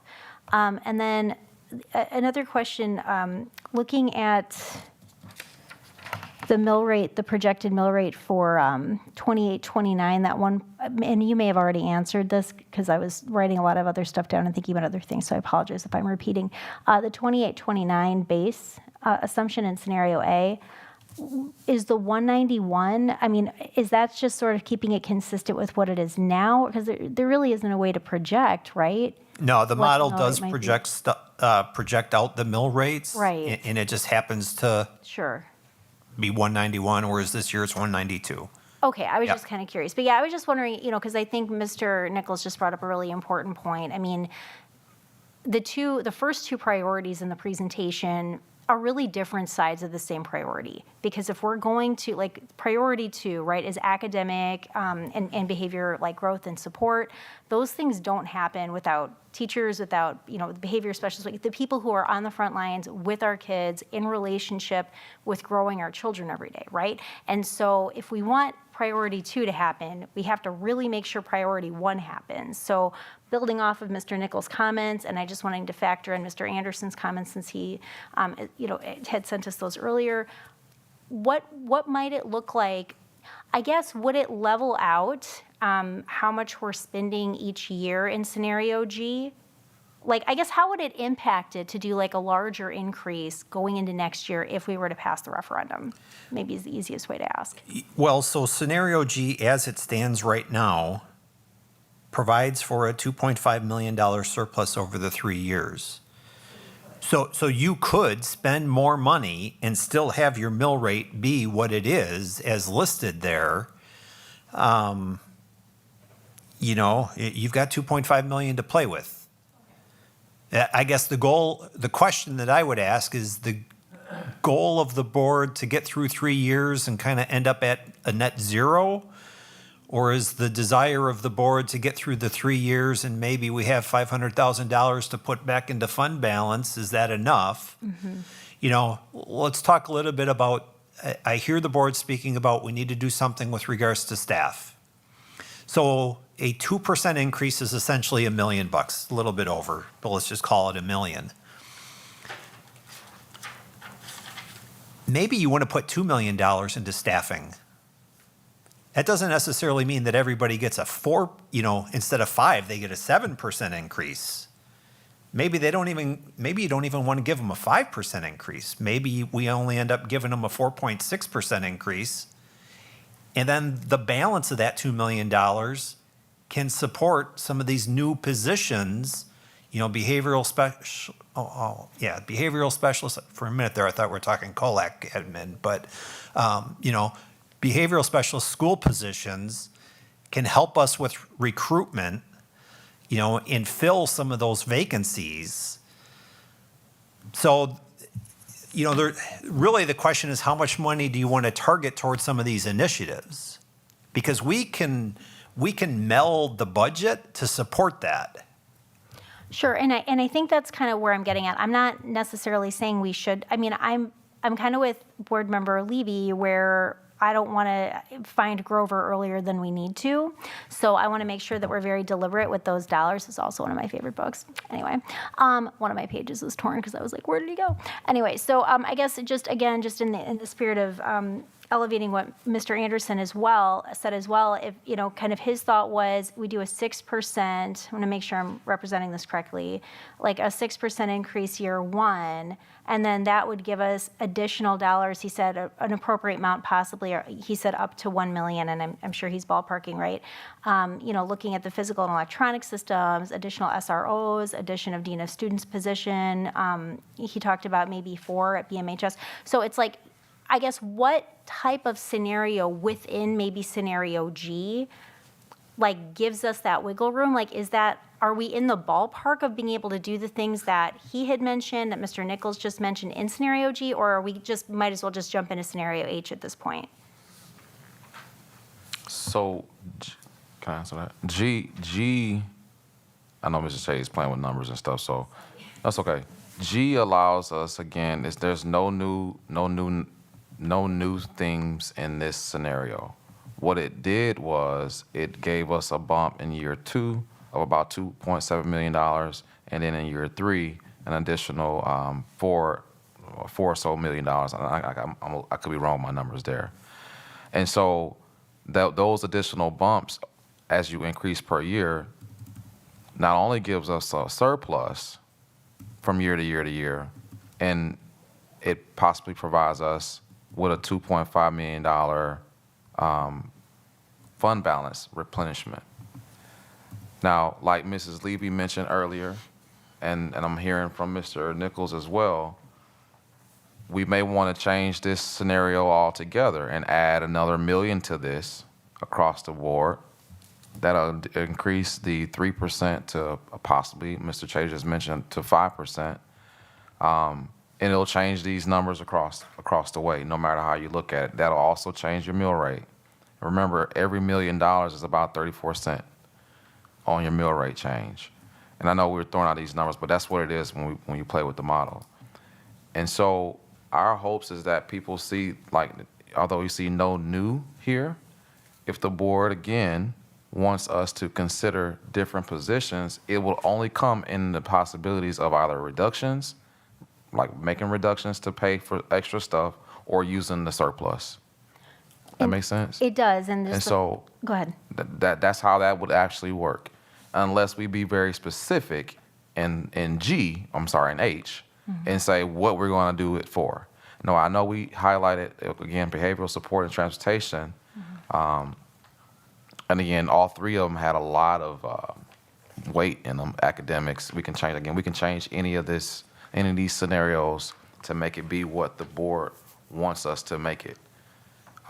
And that's something I want to just make sure I echo. But scenario H adds to the conversation, but it also, as Mrs. Levy asked for us to do, adds to a possible bigger number, or it can just stay kind of where it is with the different opportunities. These are the opportunities that we need to hear from you today, and that's kind of where we're here. No, that's perfect. And I guess just wanting just to not totally lose his thought, he did talk about in his initial email that I think his thought behind the amounts decreasing year over year, right, is like we keep what's working, we cut what's not. So I just thank you, Dr. Garrison, for speaking to that. On the same page, I think that would be the mentality going into it, because in order to make room, right, for some of those things that were suggested, you know, we've been doing that anyway. Like, we've gotten all these great presentations saying, like, okay, like, this curriculum's working well, this one not so much. We're going to kick that one over to make room for what is working, or additional staff that we would need. And so, like, this is something that I believe has been the current practice. That's something that is very sustainable, right, and able for us to continue. So thank you. Mr. Hankins? It's just a comment as my new official duty of timekeeper that we are approaching 7 o'clock, 2 hours in. I will entertain a motion to add an extra 30 minutes to the meeting. So moved. Second. Motion by Brian Nichols, seconded by Greg Schneider. Any discussion? Ms. Levy? I just want to thank our clerk. I appreciate you Mrs. being on Levy. top of that. Thank you, Mrs. Levy. By the way, I've got one too, just in case. All in favor? Aye. Aye. Aye. Aye. Any opposed? Motion carries. The meeting is extended until 7:30. That's known as a backup plan. And Brian Nichols, I see you have your hand up. I think I forgot to turn it off. Are there any other, Brian Anderson? Yeah, thank you. So, I've been listening here, and great conversation. Thank you to Dr. Garrison, Mr. Shady for putting it together. I think a couple of points I would make is it looks like about if we do nothing, we're going to a 4.44 mill rate. Okay, so I'm just going to try to list a few facts, and somebody, Mr. Shady, please correct me immediately if I get a fact wrong, because I'm trying to work off of facts, right? So, but about a 6.5 mill rate is kind of a, hey, that gets us through 3 years without adding to, taking away. So 6.5 is a status quo kind of mill rate. Scenario H intrigues me. I love a stable mill rate too, right? I think that's a good community effort. I think the whipsaw of up down is detrimental to stability in the district. So I fully agree with that. But scenario H, I just want to point out that part of my logic for the kind of the email that I sent out and the proposal that's kind of spelled out in, I think that must be scenario F, is the reality of passing a referendum too, not just what we want to see.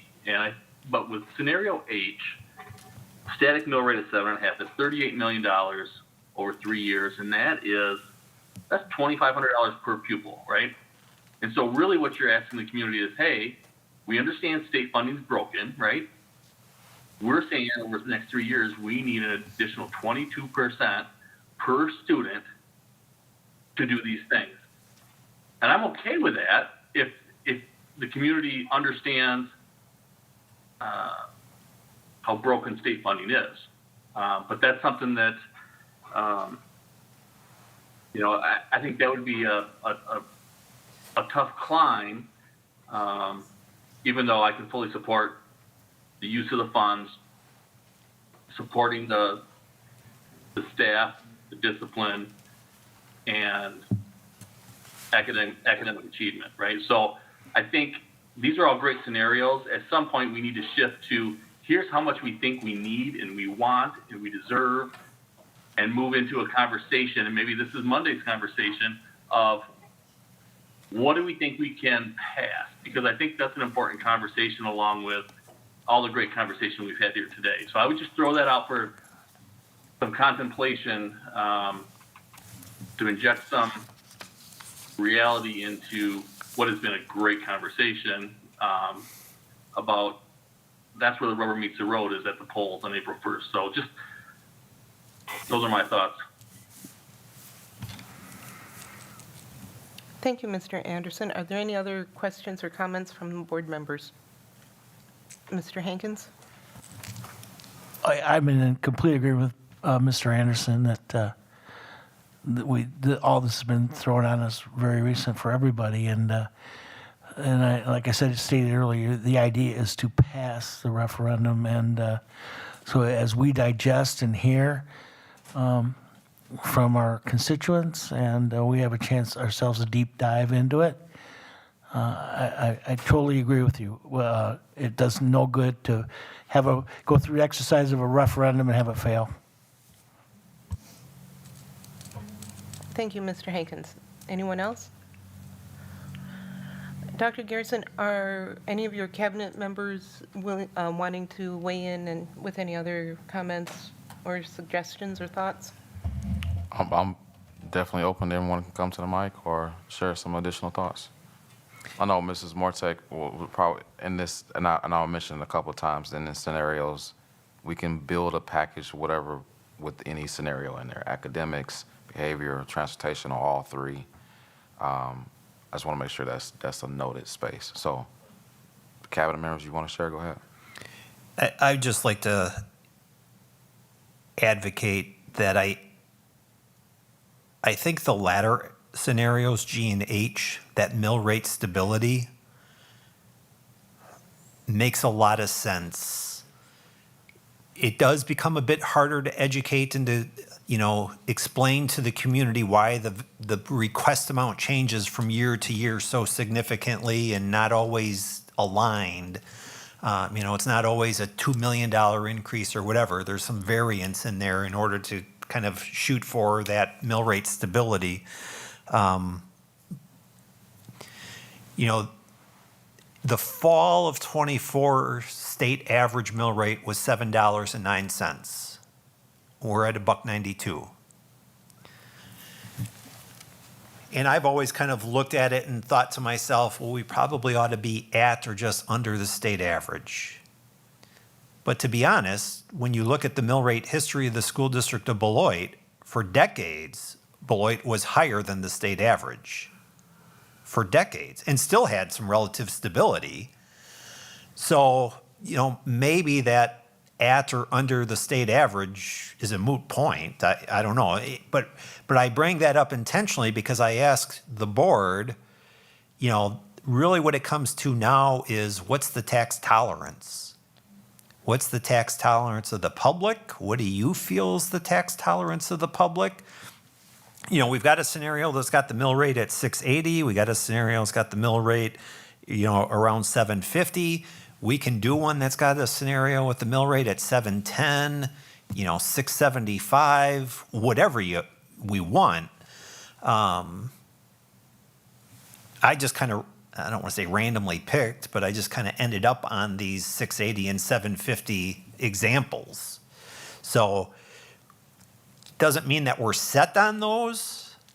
Makes my life easy if you're in alignment with one of them, but we can adjust some numbers and run other scenarios. I've done 25 scenarios so far. I can do another 10 pretty easy.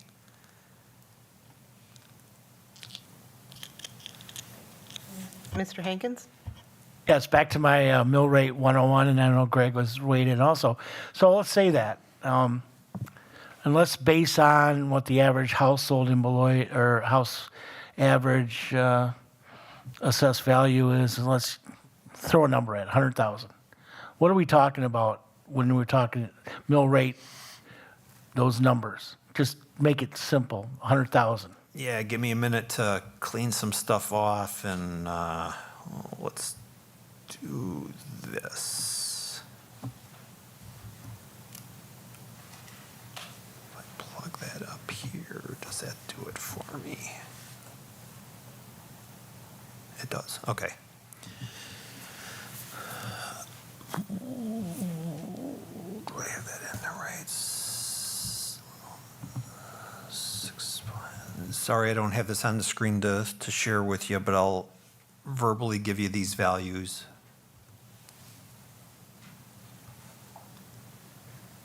All right. So the average property value of a residence in the school district of Beloit, this comes from the city of Beloit, Eric Miller, my counterpart with the city. The average property value, assessed value in the city for this current year taxes was $157,600.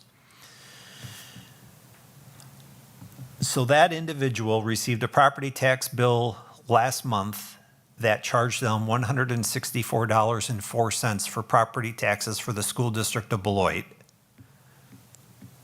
$164. Using the 192 mill rate. Now, the reality is that 164 is a net value because of the school levy tax credit, complicated stuff, let's not go there. But just keep in mind that 192 is not really what applied to the property. At 444 next year, that same property would be $474. So an increase of $310. At 680, if we were to flow with scenario G as is, their property tax becomes $1,200.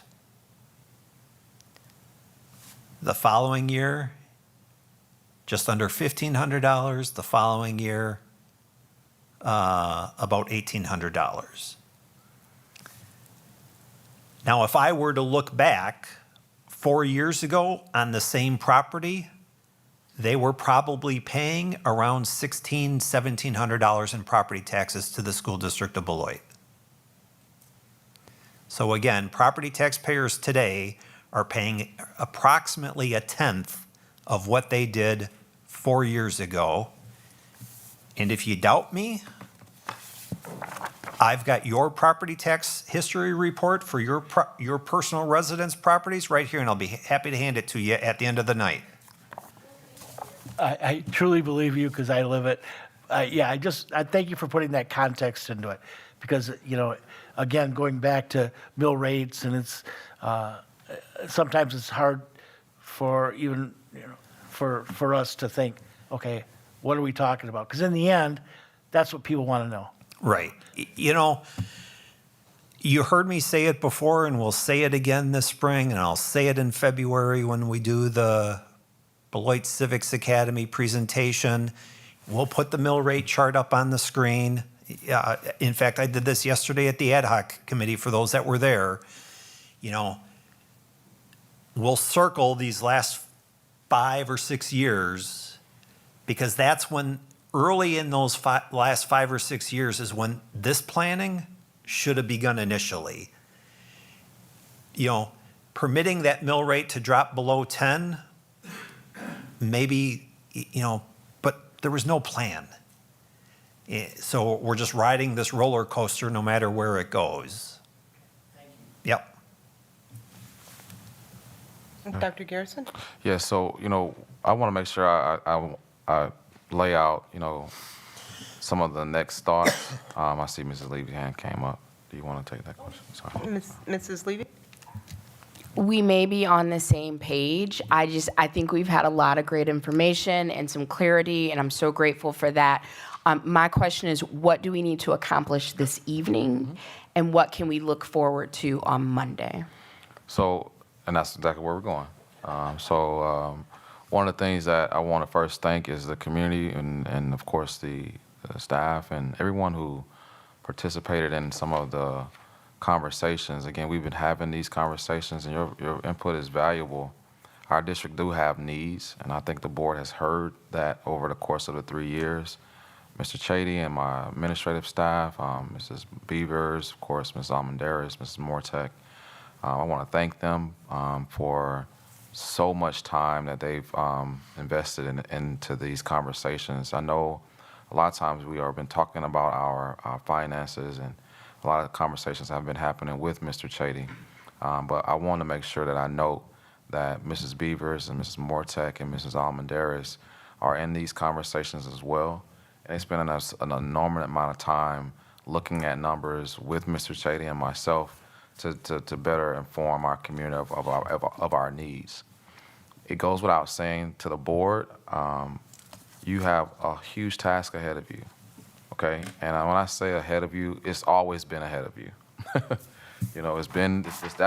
That's boards across the state of Wisconsin, because you are the ones that will have to let us know if we want to increase, like Mr. Schneider mentioned, our revenue limit to whatever number. Minus that conversation, again, we will be back in that space of a base of cuts. 6.2 one year, 9 the next year, 11 the following year, and 15.6 the fourth year.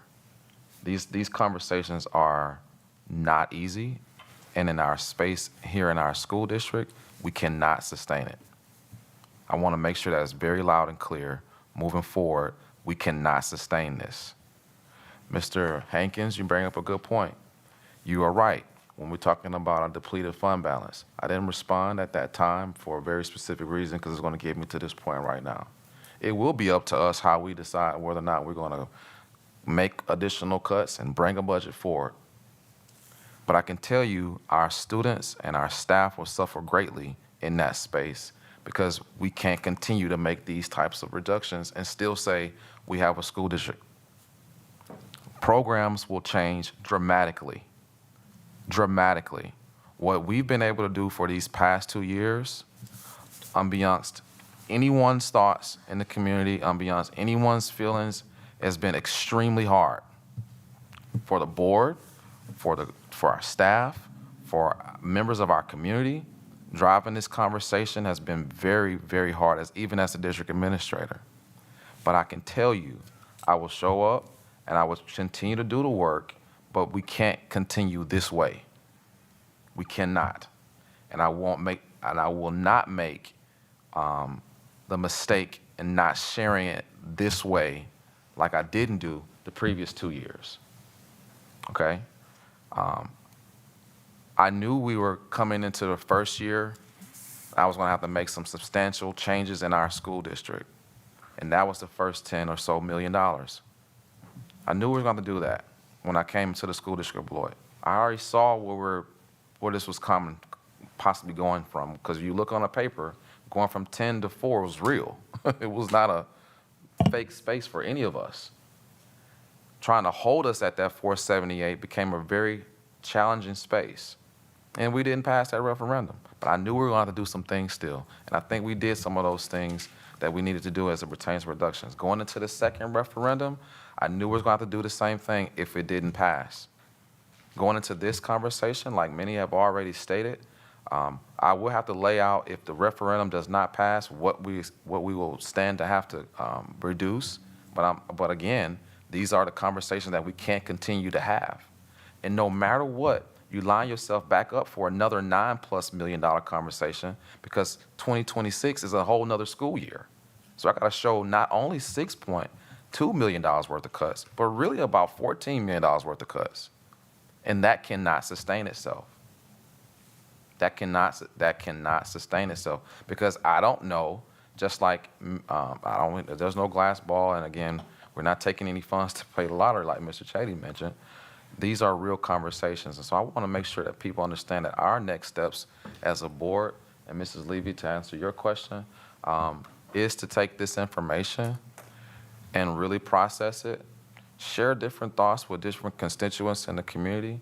Maybe there's some thoughts that you want to bring back to the conversation on Monday or share with us again on Friday, because we will be taking in scenarios and playing around with that thought again as well. Mr. Chady jokingly said he got about 25, but I can tell you he actually has more than that. You know, I'm being honest with you, because we spend hours looking at these different scenarios and different packages, and we just, these are the ones that we wanted to bring to the conversation as a starting point, not a starting point, but as some real specifics in this space. And so I do want you all to take this information, Mrs. Levy, and move it, to your constituents, have deeper conversations with us if you need to. Reach out and just share that information with us. Mr. Nichols, you're correct. I want to bring some thoughts to this. When you look at your 6.8 thought, and you want to add another million here, another million there, what's going to be that tolerance? Who knows? Who knows? I know Mrs. Johnson, I know you have some thoughts with this as well, and I want to make sure we capture that. I know there's some feedback that that we want to make sure that we see, and I want to recognize that too, because it's not our goal to miss the mark this time. It's not. I want to get this. We got to get this done. We got to get this done for our students. So when you look at the next spaces we have, is on Monday. We want to bring some scenarios to the conversation again. We'll probably not have 9 of these, y'all. All right, I'm just going to be honest with you. All right, based off of our feedback and what we heard today, it don't seem like we're going to fall into do nothing conversation, but it's going to be a base there. We know what it is, right? We know 6.5 doesn't do much for us either, but we know what it is, right?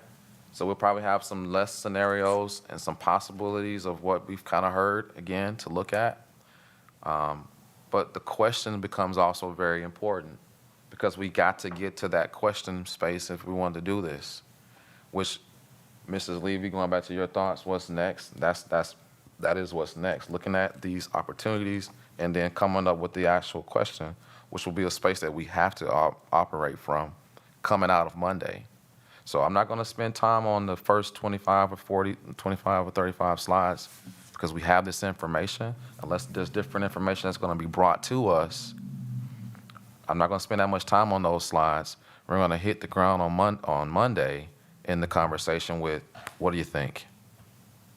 That's when the board's going to have to really come together and say, you know what, 680 is the number, 790 is the number. I'm just giving you, I'm just, throwing out numbers here. And we have to then start to, formulate what do you want to see in that space? Because we can do it. I'm telling y'all, we can do this. I know there's going to be differences of opinions, but we can do this, y'all. We can figure this out because it's going to really impact our students, our staff, and our families in the Beloit School District for not just next year, because again, we don't have another question, y'all. This is it. This is for this year and next year. Because this is the question, okay? And so I want to make sure that that's very clearly understood. Come Monday, we're going to hit the ground with your ideas. We're going to come to hopefully a space where we can say, we can get behind this as a collective, and then we can actually move that question to legal, and I can, get that vetted. And then it's not really hard from that space, because then on Tuesday, because that's a part of this conversation, we can say this is what the resolution looks like, and we can vote on the revenue limit increase on those two questions, and then move on with the next steps. If we don't come to those spaces, the last chance we get for the board to make a decision on whether or not we want to do this is January the 16th. That's my hard space that we really have to, have it together by January the 16th. And the only reason why I say that is because you see this slide, it's the 17th, 21st, we still, technically, we're supposed to get this stuff to legal beforehand, which we would love to do it, but we can do it on the 13th and the 14th, right? But if we can't, then all this come back on the 16th. And then we gotta do it on the 17th to be ready on the 21st. And we still got other stuff to take care of, right? The school district continues. Mr. Chady? So, thank you. I understand the timeline that Dr. Garrison laid out. I would encourage the board to act a little bit more expeditiously. I think before you leave tonight, you need to kind of resonate around something. And if there's some adjustments or refinements to one of the scenarios that you'd like to see, we need to know that today so that I can attend to that tomorrow morning. We can get it to you by the end of the day tomorrow so that you have the opportunity to review that prior to Monday's night's meeting. Because Monday night's meeting, I think you really need to determine of these refined scenarios that come back to you over the weekend, which one where you're at. And then Monday's focus needs to be on the language of the question, what the purpose is, what the intention of those resources are, because Tuesday morning, we need to share that language with legal counsel so that way they can review it, massage it, change it, whatever. They need time to turn that around to get back to us for Thursday of next week. So I would just encourage us to, if there's a scenario that's here that you think is what you're looking at, if there's a mill rate dollar value that you want me to try to provide a similar scenario for, if you want to put more money into salaries in wages or into let's not call it salary and wages, but into personnel, right? Because it may not just always be percentage increase, higher percentage increase for our existing staff. Some of it may be to support new staff too. If we want to expand transportation to the high school students, kind of need to know that so we can make sure that we're building a budget model that incorporates those anticipated expenses. Mrs. Levy? Thank you. It sounds like we're looking for consensus, so I will just throw my 2 cents in. I can't support a scenario that doesn't include any of the visioning that we've brought our community in to help us with. I would love to see a 5% increase for staff instead of the 3% that's built in, and some significant amount that goes towards a buffer for that cliff. So those are the 3 things. It has to include funding to do some of the visioning work, and if we can't get to all of it, I get it. A 5% increase for, I like how you phrased it, and then I immediately forgot it, for personnel. which gives us some flexibility, and then some type of buffer for that cliff that we know is coming. Ms. Miller? Thank you. I was weighing in for the same reason. I am somewhere between G and H. I think to Brian Anderson's point, we want to show that kind of ongoing, we're going to be fiscally responsible. We're going to make cuts to pay for some of these things that we're visioning. I'm fine with that. I think, I'm definitely between G and H. I think keeping it, if we can keep it as close to 7 or below for mill rate, that would be great. And I just want to echo Mrs. Levy's comments as well about a 5% minimum increase for staff, with the understanding too that there is some wiggle room in there if we needed to kind of stagger it out. So also I need to get going. So those are my thoughts. Thank you. Mr. Nichols? Thank you. I would agree with both Board Member Levy and Board Member Miller that, I think, especially what Board Member Miller said, I think we need to keep below, I think we need to keep around $7 on the mill rate. I think if we can, I think that's a kind of a good consistent area. I remember when I moved here and it was like sticker shock after we moved in, and not before, but after. So, and then it did get better. Now it's ridiculous the other way. So, I think by sharing that 444 number that it's going to go to next year anyway, and staying $2.50 additional mail rate, I think is sellable. And but I too think we need to listen. We need to make sure that we've got money there for what the public has said that they want us to have, and follow those guidelines. I like what Board Member Anderson put in his email today, is focus on the 3 key issues being teacher pay, discipline, enforcement, prevention, and student achievement, not necessarily in that order. I think that's the 3 key areas that we need to focus on, which is part of our goals, district goals. And but to be able to have some funds in there for high school transportation. Again, I don't know what the number is, but again, if we can keep it, there's the H is more total money, but the mill rate's very, very, very, very close to item G too. So I think that's what I'd like to see. That's where I'm at. Thank you. Mr. Schneider? Kind of like in the neighborhood of what everybody has been saying, I like the scenario H. I like the stability in the mill rate, so people have a clear understanding. This is what it's going to be year after year. Instead of, okay, we're going to jump high, but it's going to come down, and then it's going to go up. That just makes it very difficult for people to budget and to plan. So the more consistent we can keep it, the better off that we are. After we had talked before, last time when we started looking at salaries, again, I would like to see, that 5% or close to that anyway, because we have given less than what we really wanted to in the last couple of years. So this would be a chance to be able to benefit our staff, which also helps do everything else that the community has said they want us to do. So, H, understanding, looking at that mill rate a little bit, maybe coming down a little bit. I mean, if we go halfway between G and H, we're at about 7.15. I mean, that's splitting the difference between the two. That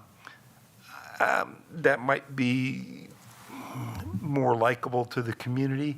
I really am hesitant, though, about not doing what the community has asked us to do, which is looking at it at H, at least. So, Mr. Hankins? Thank you. Yes, I appreciate what Mr. Chady is getting at and zeroing it and kind of getting into the zeroing in on at least where we're at.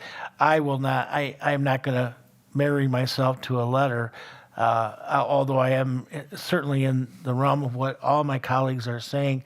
I do want to give myself some time to listen to the public after what they've heard today.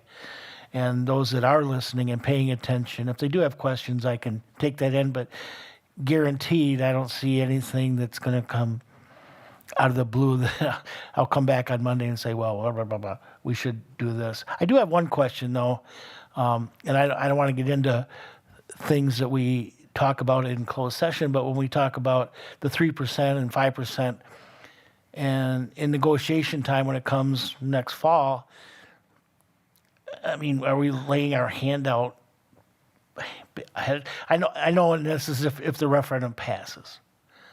Okay, if you could just address that without Right. getting into specifics about anything. No, I mean, the district still has to go Mr. through the Chady, negotiation Miss- process. Before you do, I will entertain a motion to extend the meeting another 30 minutes.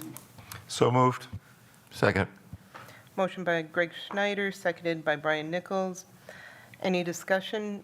Hearing none, all in favor? Aye. Aye. Aye. Any opposed? Nay. Motion carries 5-1. Go ahead, Mr. Chady. Yeah, and I'm sorry, I kind of help me reconnect, Mr. Hankins. Sorry. I was talking about the 3% and basically the 5%, Right. and then Thank how you. we go into next fall in the negotiation period. Right. Are we showing our hand or not our hand? I mean, it's all relative anyways, right? Well, I mean, you're showing your hand in that the BEA and the BEA Secretary Support Union will know a value that we have used to budget for.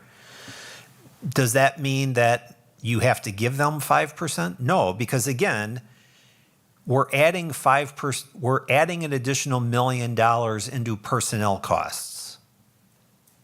It doesn't mean that we're using the full $1 million awarding to current employees. There may be some new staff positions that are created or vacant staff positions that we have to pay more in order to fill. So you're utilizing those additional resources to meet your needs. Yes. The negotiation process is still there. Still there. And Yep. yes, and like you've told us, and it's a very fluid thing anyway. So we're just addressing something to project into the future. Thank you. I think it does send a good message, though, that we have increased our anticipated expenses related to personnel, so long as either in the question or in the explanation, the education we do to the community, we identify where those funds are targeted for. Thank you. Mr. Anderson?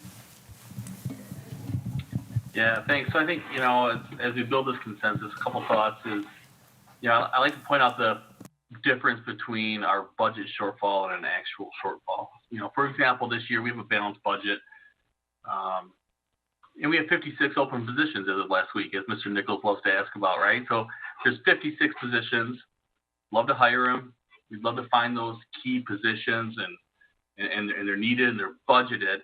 The reality is there's going to be positions we don't fill. And that's just, again, that's the difference between a budgeted shortfall and what the actual shortfall is going to be. So I think, my purpose is I'd love to front load a little bit to play some catch up with staff on this increase. That's why my proposal, my thought was to commit to a larger increase in year one, playing a little bit of catch up. And we'll see what happens in year 2 and year 3, right? We just don't know. We don't know what the state's going to do. We don't know what our enrollment's going to do. We have a trend of declining enrollment. Maybe that levels off. Maybe it increases, right? So there's enough unknown things that I don't know that we need to necessarily increase. That being said, I am a fan of a stable mill rate. Okay, and so as we look at scenario G, I think you know, I like the idea of that. That gets us pretty close to, you know, an as-is spending. It doesn't add a lot to our fund balance. It doesn't put stuff away for future years, as Board Member Levy says she would love to see, right? So there's some drawbacks to that plan as well. But I think it also allows some room for additional right sizing. You know, I think it's important we project to the public that we say, hey, we're asking for more money, but it doesn't mean we're leaving everything status quo that's on the books right now, right? I think there's we're going to make additions. There may be subtractions in other areas. So I think when we come Monday, some of my key thoughts are going to be, I do like the idea of a stable mill rate. That would be able to move me from, you know, having a declining, you know, annual request to something stable or maybe even increasing, but I'd like to see a front-loaded increase to staff rather than a static increase over the entire 3 years. I think we just don't know enough, right? I would just say thank you to Dr. Garrison, Mr. Shady, and the staff. I think this has been the scenario situations you put forward, I think really put out really well, and I want to thank you for that. Mr. Chady?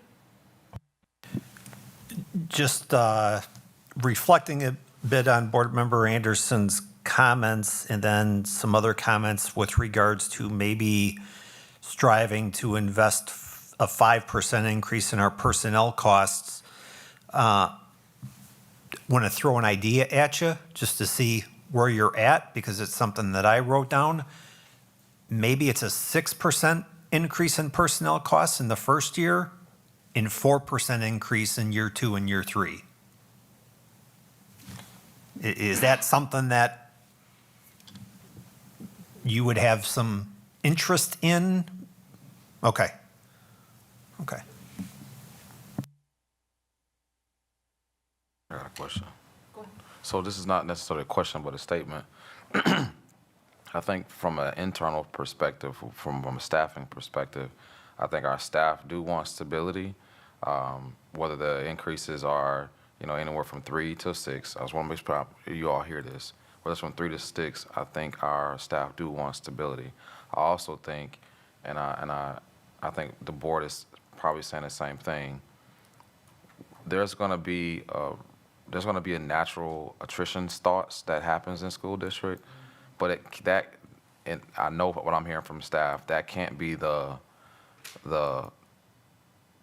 not just projected space of 26, 27, and 28, because then it goes right back to, am I the one? Am I the one that's going to be possibly reduced or, you know, talked about as pertains to attritioning their position or reducing their position? So, you know, personally, I believe making sure that our staff has some form of stability, our current staff has some form of stability over the next 3 years will be very important. And then naturally we make expenses reductions that necessarily don't impact what our current people who are showing up every day have to do. So just want to make sure we kind of note that as a statement, not as a, you know, a number. Thank you, Dr. Garrison. Any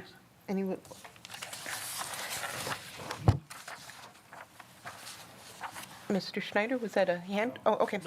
Okay. Okay. That brings us to our next item, next meeting dates, Monday, January 13th, 5 p.m. We have a special board meeting. Tuesday, January 14th, 5 p.m., the TLE committee meeting. Tuesday, January 14th at 6 p.m., the regular board meeting. Is there a motion to adjourn? So moved. Second. Motion by Brian Nichols, seconded by Greg Schneider. Any discussion? Hearing none. All in favor? Aye. Aye. Aye. Any opposed? Motion carries unanimously. Everybody have a good night. Thank you, everyone.